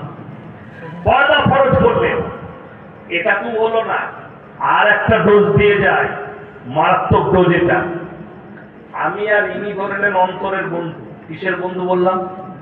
আচ্ছা, অন্তরের বন্ধু হলে ইয়ার কি হয় না? হয় না? ইয়ার কি হয় না? মজাক হয় না? মজাক হয়। আলহামদুলিল্লাহ, মজাক হয়। এনাকে আমি মজাক করে, আমার বন্ধুকে আমি বলছি মজাক করে, ভাই তোমার বইয়ের ব্লাউজের সাইজ কত? আচ্ছা, বন্ধুত্ব থাকবে না শেষ হবে? এর উত্তর দিবেন আমার কথা। শেষ হবে না থাকবে? শেষ হবে। আপনার বন্ধু আপনাকে শুধুমাত্র এতটুকু বলেছে, তোর বইয়ের ব্লাউজের সাইজ কত? আপনি বন্ধুত্ব ছিন্ন করলেন, আপনি কষ্ট পেলেন। লজ্জাটা কোথায় হওয়া দরকার জানেন আপনার? এই জায়গায় নয়। বন্ধু তো মুখে জিজ্ঞেস করেছে তোমাকে, আর তোমার বউকে বাজারে ঠেলে দিয়েছ, কাপড়ের দোকানে একটা পর পুরুষ বসে আছে, আর তোমার বিবি গিয়ে বলছে দাদা আমার একটা 32 সাইজের ব্লাউজ বার করো, তখন তোকে লজ্জা লাগে না? কথাটা বুঝাতে পারলাম? কথাটা বুঝাতে পারলাম? গুদা বাংলায় বায়ান করছি আমি, শুদ্ধ বাংলায়। তোমার বিবি বাজারে গিয়ে নিজের ভেতরে সাইজ বলে একটা পর পুরুষের কাছে মাল কিনছে, তখন তোকে লজ্জা লাগে না? তোর বন্ধু খালি সাইজ জিজ্ঞেস করেছে, তোকে লজ্জা লাগে? ভেবে দেখবেন, রাতের বেলায় গভীর ভাবে ভাববেন, আমি যে কথাটা বলে গেলাম আপনার চোখ দিয়ে পানি আসবে। তোমার বিবিকে বাজারে ফেলার কারণে তুমি কিয়ামতের দিনে তোমার নামাজ ভাজা হয়ে গিয়ে তুমি আটকিয়ে যাবে। আমি রমজান মাসে এইদিকে জলসা হয় না, রমজান মাসে জলসা হয় বেশিরভাগ মুর্শিদাবাদ, মালদায়। আমার বহরমপুরে একটা জলসা ছিল, তো আমার বন্ধু মানুষ, ভালো বক্তা মুফতি জার্জিস হোসেন কাসমি, বেলডাঙ্গা জালিলিয়া মাদ্রাসার প্রধান শিক্ষক এবং মুহাদ্দিস। আমি বললাম ভাই আপনার মাদ্রাসায় ইফতারি করুন, বলে চলে আসুন। ইফতারি করলাম। আমি বললাম ভাই বাড়ির জন্য কাপড় জামা কেনা হয়নি, কোথায় কিনবো? বললে আরে চিন্তা নাই, সব থেকে বড় দোকান চলে যান, নাম করবে। আমি গেলাম, দোকানের সামনে গাড়ি রাখলাম, দোকানে যখন ঢুকলাম, ঢুকেই দেখছি সব খালা আমি একা খালি খাবো। আমি তো ভয় পেয়ে গেছি। আমাকে বললো হুজুর সাইডে দাঁড়া। আমি কোন রকম লজ্জায় একটা মেয়ের, আমার ছোট মেয়ের জামা নিয়ে বেরিয়ে পালিয়ে এলাম। ঢুকেছি যখন কিছু একটা নিয়ে বেরোতে হবে, দুঃখটা কোথায় লাগলো, এই মহিলাগুলো সব মুসলিম মহিলা, স্বামীরা বাড়িতে বসে আছে, নাইলে হারামখোর চায়ের দোকানে আড্ডা দিচ্ছে আর বিবিকে বাজারে ঠেলে দিয়েছে। তুমি কি করে নিজেকে মুমিন বলে প্রকাশ করো? বিবির একটা ওষুধ কেনার সময় তোমার নাই। এলাহিগঞ্জের চায়ের দোকানে বসে হারামখোর 3 ঘন্টা আড্ডা দেয়, আর বিবি বলছে আমার শাড়ির প্রয়োজন, বলছে চলে যাও কিনে নিয়ে যাও, কেসপুর চলে যাও, যাও মেদিনীপুরে কিনে নিয়ে। তোর লজ্জা শরম নেই? আবার নিজেকে নামাজ পড়ে বলিস মুমিন? এরা গায়ে লাগা কথা। কিন্তু ভেবে দেখবেন মায়েরা, শোনো, আপনাদের এলাহিগঞ্জ বাজারে কেউ যদি কলাগুলো ছিঁড়ে বিক্রি করে, মাটিগুলো কোথায় বসবে? কলা বলে না, কলায়। ওই কলা কিনবে? কেউ কিনবে? কিনবে না। আমার মায়েরা, তোমাদের মূল্যটা হিরে মতি মুক্তোর থেকেও বেশি। কথাটা বুঝতে পারেননি? হিরে মুক্তো মুক্তোর থেকেও বেশি। একটা মুক্ত পাথর তাকে যদি খুলে রেখে দেন, তার বেইজ্জতি হবে না। কিন্তু একটা মা, এত বড় মূল্যবান জিনিস, তার শরীর যদি খুলে রাস্তায় ঘুরে, তারা বড় বিপদে পড়ে যাবে, আর বড় বেইজ্জতি হবে। ওই জন্য হিরে মতি মুক্তোর চেয়েও দামি হচ্ছে আমাদের মা বোন, আমাদের ইজ্জত, নারীদের ইজ্জত। ইসলাম শিখিয়েছে নারী ইজ্জতের কথা। আল্লাহ নবী জনাবে মুহাম্মদুর রাসূলুল্লাহ সাল্লাল্লাহু আলাইহি সাল্লাম নিজের মাথার পাগড়িটা হাতেম তায়ের বিটির মাথায় চাপিয়েছেন। সাহাবীরা বলেছেন, ইয়া রাসূলুল্লাহ, এরা মুশরিকের বিটি। নবীজি উত্তর দিলেন, হে আমার সাহাবীরা শোনো, আমি মেয়েদের মাথা ঢাকতে এসেছি, খুলতে আসিনি। জোরে বলুন একবার সুবহানাল্লাহ। আমি মেয়েদের মাথা ঢাকতে এসেছি, খুলতে আসিনি। এটা হচ্ছে রাসূল সাল্লাল্লাহু আলাইহি ওয়াসাল্লামের ভাষা। এরপর ভেবে দেখুন ইসলাম কতটা সম্মান দিয়েছে একটা নারী। কোরআনে একটা সূরা অবতীর্ণ হয়েছে, সূরা নিসা। এরা শুধু মায়েদের ইজ্জতের ওপরে অবতীর্ণ হয়েছে। আপনার অনুভব হবে না। কোরআনকে স্টাডি করুন, নবীজির জীবনীটা পড়ুন। যাদের ব্রেনে আঘাত লেগে আছে ইসলাম কি, যাদের ব্রেনে আঘাত লাগা আছে কোরআন কি, তাদেরকে অনুরোধ করে যাব, একবার কোরআনটা স্টাডি করো। তোমাদের বাচ্চাদেরকে তিনি শিক্ষা দাও, যাতে তোমার মেয়ে মুসলিমা নাসরিন না হয়ে যায়, তোমার মেয়ে কেন বেঈমান কাফেরের মতো রূপ না নিয়ে নেয়। ওই জন্য তিনি শিক্ষা দেন। আজকে শুনেলেন বুখারী শরীফের হাদিস, 5885 নম্বর হাদিস। নবীজি সাল্লাল্লাহু আলাইহি সাল্লাম বললেন, দুটো ব্যক্তির দিকে কিয়ামতের দিন আমার আল্লাহ তাকাবেন না।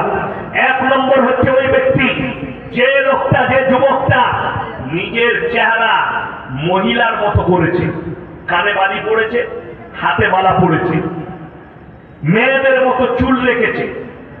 এই ব্যক্তিরা কিয়ামতের দিন আমার আল্লাহ তাকাবেন না, এবং তাদেরকে বলা হবে তোমরা মহিলার রূপ ধারণ করো।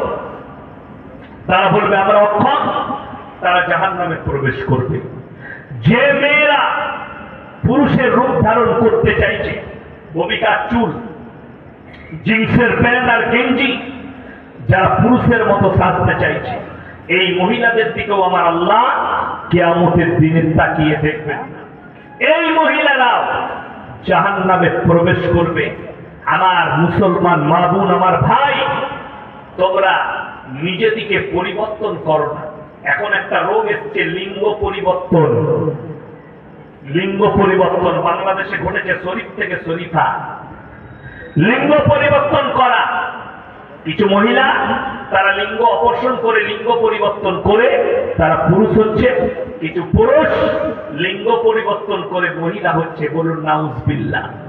যারা এই খেল শুরু করেছে, আমি বলে যাচ্ছি, লিঙ্গ পরিবর্তনের পরে তারা যদি কাবা ঘরে তাহাজ্জুদ পড়ে, আল্লাহর কসম ফেরবার রাস্তা। বেরোবার রাস্তা পাবে না, যেহেতু আল্লাহর কুদরতকে নিয়ে খেলা করেছে, আল্লাহর কুদরতি জিনিসকে নিয়ে খেলা করেছে। ওই জন্য অনুরোধ করে যাচ্ছি, বাচ্চাদিকে সহি তরবিয়ত দেন, ইসলামের তরবিয়ত দেন, কোরআন হাদিসের শিক্ষা দেন। আপনার ছেলে ডাক্তার হোক, প্রফেসর হোক, ইঞ্জিনিয়ার হোক, আইপিএস হোক, দরকার আছে আমাদের ছেলেদের শিক্ষিত হওয়ার, ডাক্তার হওয়ার, আইপিএস হওয়ার, কিন্তু মাথায় রাখবেন তার মধ্যে যেন দিন থাকে, তার মধ্যে যেন দিনই শিক্ষা থাকে, তবে হবে। তা না হলে বেঈমান কাফের যেন তৈরি না হয়ে যায়, আল্লাহ বিরোধী যেন না তৈরি হয়ে যায়। বড় বিপদে পড়ে যাবেন বাপ মা, তার পরিবার বিপদে পড়বে। বহু পরিবার এখন বিপদে আছে। এই ভারতে সমকামিতাকে জায়েজ করার দিয়েছে সুপ্রিম কোর্ট। এটাতে শুধু মুসলিম সমাজের ক্ষতি হবে না, গোটা ভারতের জীবন ব্যবস্থা ভেঙে পড়বে। তার পরিণাম উদাহরণ 1 নম্বর কি জানেন? 1 নম্বরটা উত্তর 24 পরগনা বনগাঁ থানা। দুটো মহিলা কোন মন্দিরে গিয়ে তারা বিবাহ করেছে, নিজেদের নাউজুবিল্লাহ বলে বিবাহ করেছে। তারা কিন্তু হিন্দু, দুটোই পরিবার হিন্দু পরিবারের। তারা মন্দিরে গিয়ে তারা বলেছে আমরা সমকামী, আমরা একে অপরকে বিয়ে করেছি। এই সমকামীর কারণে যারা মুসলিম যুবক যুবতী আছে, যাদের ব্রেনে একটু একটু ঘুরছে যে আমরাও সমকামী হলে কেমন হব, তাদেরকে অনুরোধ করে যাচ্ছে এই পাপ থেকে তওবা তিল্লা করো। কেন? এই পাপের কারণে একটা পুরো জাতিকে আল্লাহ ধ্বংস করেছেন, সেটা লূত নবীর কওম। কোরআনে লাকির টানা হয়ে গেছে। আল্লাহ জাহান্নামী ঘোষণা করে দিয়েছেন তার বিবিকে। তাকে? লূত নবীর বিবিকে লাকির টেনে দিয়েছে। লূত নবীর বিবি জাহান্নামে যাবে, আর ফিরবে না।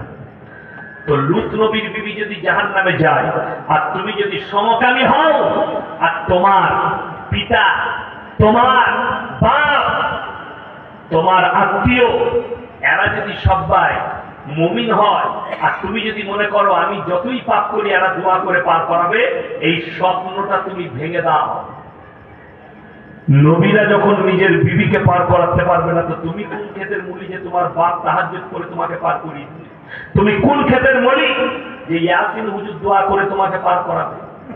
তোমার জন্য ওই জাহান্নামের রাস্তাটাই অতিক্রম হবে, তুমি অনুভব করতে পারবে না। ওই জন্য অনুরোধ করে যাবে যে সন্তানকে সুশিক্ষা দেন, কুশিক্ষা নয়। আপনার ছেলে কোথায় উঠা বসা করছে এটাও নজর আপনাকে রাখতে হবে। চাষের আড্ডায়, না মদের আড্ডায়, না গাঁজার আড্ডায়, না নোংরা জায়গায়, এটা আপনারা খোঁজ রাখেন। ছেলেকে সালাহ দেন, ভাই বাবা যেখানে উঠবি নামাজিদের কাছে উঠা বসা করবি, ইমানদারদের কাছে উঠা বসা করবি। একটা ছেলে সে যদি নামাজিদের পাশে উঠা বসা করে, একদিন গিয়ে সেই ছেলেটা নামাজি হয়ে যাবে, একদিন গিয়ে সেই ছেলেটা নামাজি হবে, সেই ছেলেটা মুমিন হয়ে যাবে। আর কোন ছেলে সে যদি 1 মাস মাতালদের পাশে উঠা বসা করে, সে মাতাল হবে। কেন? সঙ্গ দোষে লোহা ভাসে। ইসলামে আছে সঙ্গ দোষে লোহা ভাসে।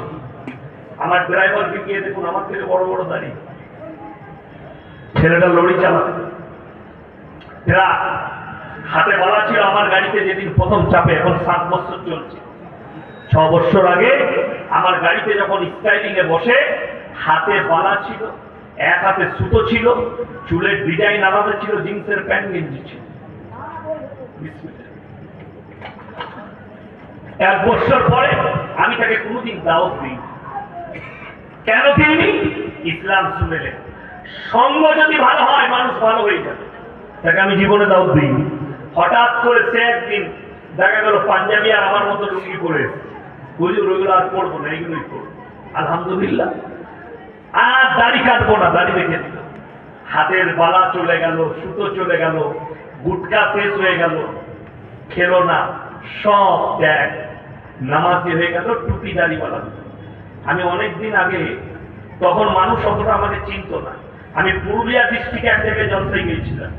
তো গাড়ি থেকে নেমে হেঁটে যাচ্ছি, তো তাদের যে লোকটা নিতে এসছে আমাদেরকে গাড়ি থেকে, সে কিন্তু আমাকে কেয়ার করছে না। আমার ড্রাইভারকে বলছে আইয়ে হাজার চেনকে, ওকেই নিয়ে যাচ্ছে। আমি বললাম চুপ করে থাক, তোকেই ইজ্জত করবো। তো ওকে আবার উজুর পানি দিচ্ছে, হাজার উজুটা পানি দিচ্ছে, আমি কল টিপে উজু করছি, ওকে পানি দিচ্ছি, কি বুঝলে? তো উজু করলো, নামাজ আমরা পড়লাম, নাস্তা ভালো বলে দেখছি ওর দিকে বাড়িয়ে দিচ্ছে, তখন হুজুর মনে করেছে আমরা চলো। তারপরে যখন স্টেজে যাবার ডাক করেছে, যখন আমি যাচ্ছি তখন বলছে হাজরাত गलती हो गया। আমরা गलती कोई बात नहीं, ये तो अल्लाह का कुदरत है, ये उलमाओं का बरकत है, ये दाढ़िया टोपी का बरकत है, ये कोई गलत बात नहीं है। हम तो खुश हुए, हमारा दिल भी खुश हो गया, क्योंकि आलिमों को इज्जत करना ये पता चल गया, लोग टोपी और दाढ़ी को इज्जत करते हैं। और रसूल सल्लल्लाहु अलैहि वसल्लम का सुन्नत है, तो जिसने सुन्नत रखा उसका इज्जत बढ़ गया। दाढ़ी রাখবে ইজ্জত বেড়ে যাবে, টুপি লাগাবে ইজ্জত বেড়ে যাবে। আমাদের অনেক যুবকরা মনে মনে করে দাড়ি রাখবো কি হুজুর, মেয়েরা আর বিয়ে করবে।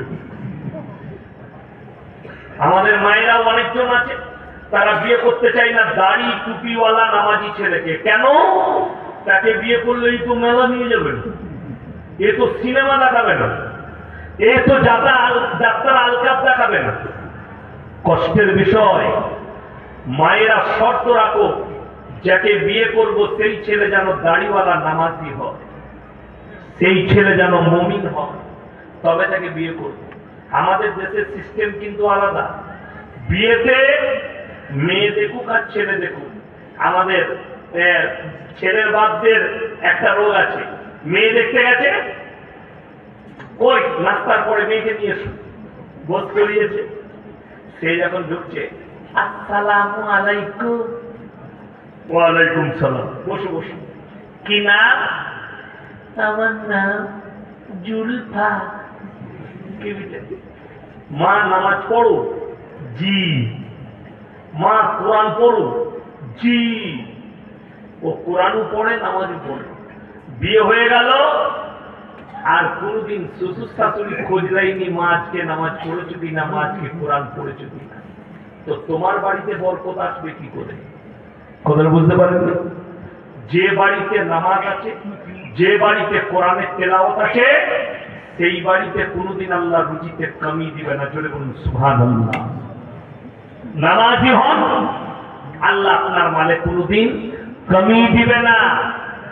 আগে চলুন আমার মুসলমান ভাই, খুব ভালো করে সূক্ষ্মভাবে বুঝে নেন।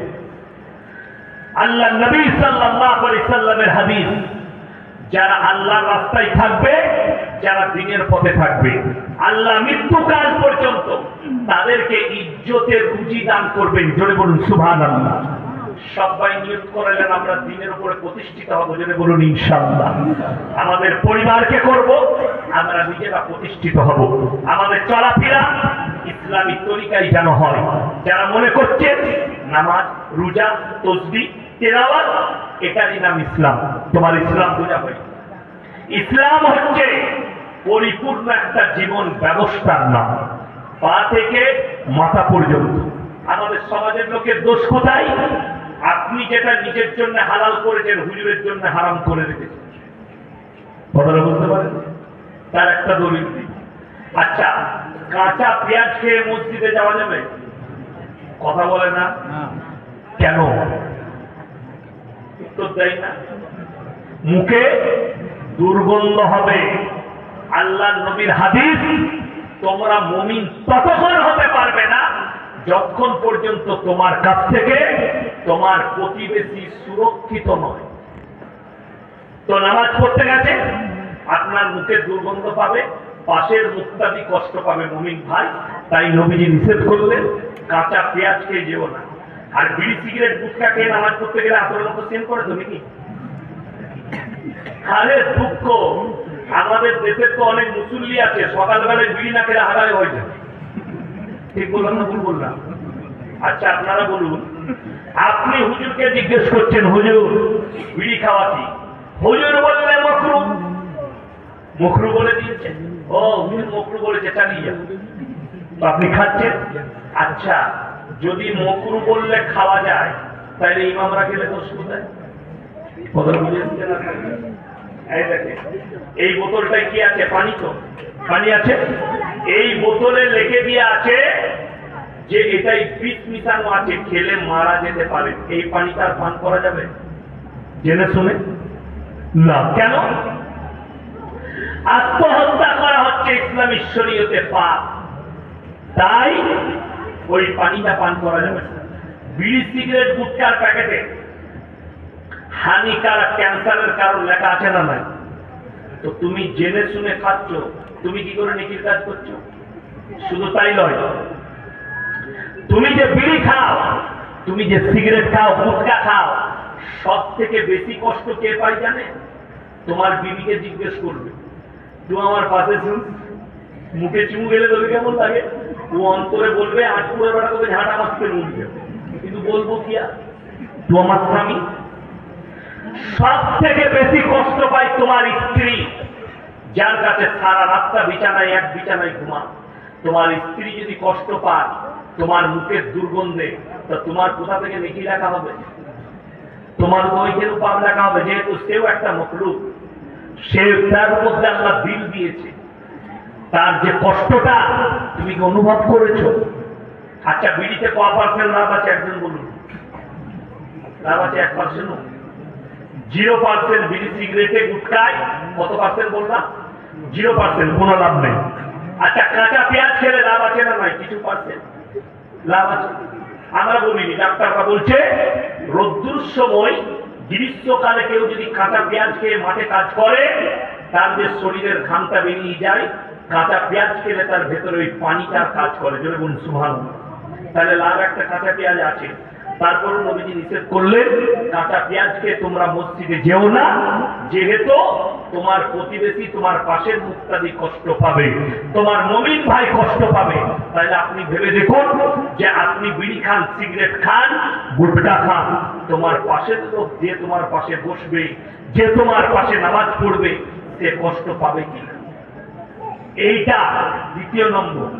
পায়খানা ঘরের আদব নবীজি বলেছে, তুমি পায়খানা ঘরে ঢুকলে বাঁ পা দিয়ে প্রবেশ করবে, বাঁ পাটা আগে। পায়খানা ঘরে কথা বলো না, পায়খানা ঘরে খেও না। আর আপনার বিড়ি না খেলে হাগালে হবে না। ঠিক বললাম না? ভুল বললাম? তো তুমি নবীজিকে ভালোবাসো, মহব্বত করো, তুমি ভেবে দেখো, তুমি রসুলকে মহব্বত করো না, রসুলের সঙ্গে দুশ্মনী করছো? রসুলের আদব মানছো কিনা? আরে মাথা থেকে পা পর্যন্ত আদব বলেছে। মসজিদে ঢুকলে মসজিদেতে দুনিয়াবাড়ির কথা বলো না। আর আমাদের দেশের লোক যত দুনিয়ার কথা মসজিদে জুম্মার দিনে বলে। বয়ান চলছে, খুতবা চলছে, আর গল্প চলছে। ঠিক বললাম না ভুল বললাম? খুতবা চলছে, এদের গল্প চলছে। এরা কিয়ামতের আলামত। মসজিদ আল্লাহর ঘর, সেখানে যখন দুনিয়াবাড়ির কথা হবে জানবে কিয়ামত করিবান কাছে চলে। ওই জন্যে আমার প্রত্যেকটা ভাইকে বলে যাচ্ছি, নিয়ত করেলেন যে আল্লাহর ওয়াস্তে আমরা দিনের উপরে প্রতিষ্ঠিত হব। সকলে জোরে বলুন ইনশাআল্লাহ। একদম 100% নিয়ত করলেন যে আমরা নামাজ কেউ ছাড়বেন না। হাত তুলে বলুন ইনশাআল্লাহ। নামাজ কেউ ছাড়বেন না, রোজা কেউ ছাড়বেন না রমজান মাসে। যারা আপনার আত্মীয় স্বজন আছে, যুবক আছে, যুবতী আছে, পরিবার আছে, আপনার তাদেরকে নামাজের তাকিদ করুন। অনেক মুসলমান জানে না। আপনি মসজিদে নামাজ পড়ছেন, তো এই নামাজ পড়ার পরে, ফরজ নামাজের পরে মাঝে মাঝে সুন্নত নফলগুলো বাড়িতে পড়বেন। কেন পড়বেন? আপনার পরিবারের মধ্যে নামাজের আসর পড়ার জন্য। বাড়িতে এলেন, স্ত্রীকে সুন্নত পড়া হয়নি, এসা বেতের পড়া হয়নি, মুসল্লাটা দাও তো আমাকে। যখন আপনার স্ত্রী দেখবেন আমার স্বামী নামাজি, সে লজ্জা বোধ করবে, সে নামাজি এমনি হয়ে যাবে। তোমার সন্তান যখন দেখবে, তখন সে নামাজি হয়ে যাবে, নামাজি ফলেজগার হয়ে যাবে। আমার ভাই, আপনি সন্তানকে তাকিদ দেন নামাজে। ইসলাম এত সুন্দর। ইসলাম ইজ দ্য সেফটি। একটা সেফটি ধর্ম ইসলাম, সব দিক দিয়ে সেফটি দিয়েছে। জিনা থেকে, বলাৎকার থেকে, পাপ থেকে ইসলাম সেফটি দিতে চেয়েছে। আপনি সেফটিটা করতে পারেননি, ওটা আপনার দুর্বলতা। আপনি নিতে পারেননি, এটা আপনার একটা দুর্বলতা। যেমন অনেকে জানে না, ইসলামের সূক্ষ্মতা শুনেলেন কত সুন্দর।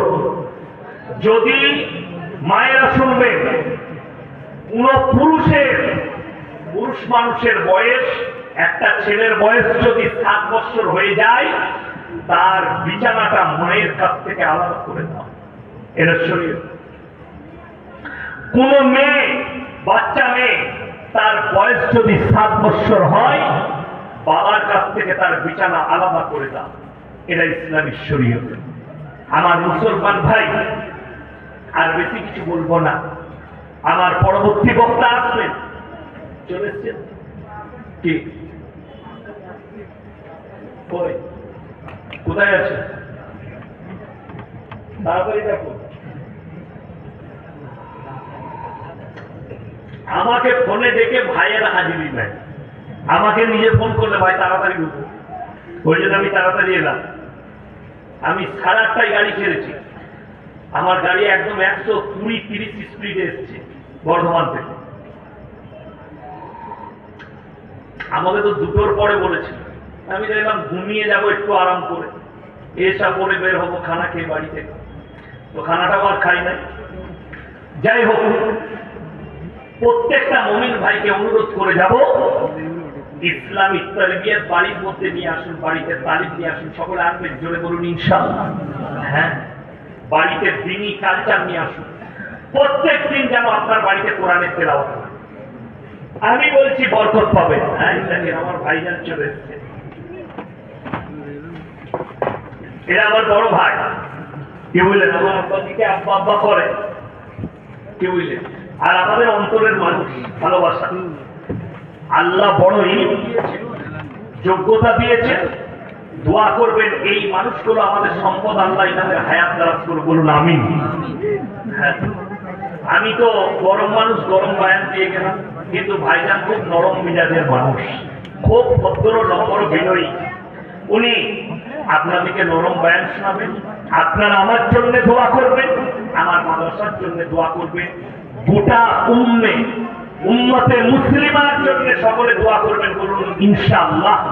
আপনারা আমার জন্য দোয়া রাখুন, আমি আপনাদের জন্য দোয়া রাখি। ওয়া মা আলাইনা ইল্লাল বালাগ। আসসালামু আলাইকুম ওয়া রাহমাতুল্লাহি ওয়া বারাকাতুহু। আপনারা কিরকম লোক? সালাম দেওয়া সুন্নত, উত্তর দেওয়া ওয়াজিব। তৈবুর রহমান ভাই আপনাদেরকে চেপেই ডোজ দিবে, জানেন তো? যে বর্ধমানের ইয়াসিন ভাই এসছে, আমার ভাই, আর আপনারা সালামের উত্তর দিলেন না। আসসালামু আলাইকুম। হ্যাঁ, ঠিক আছে।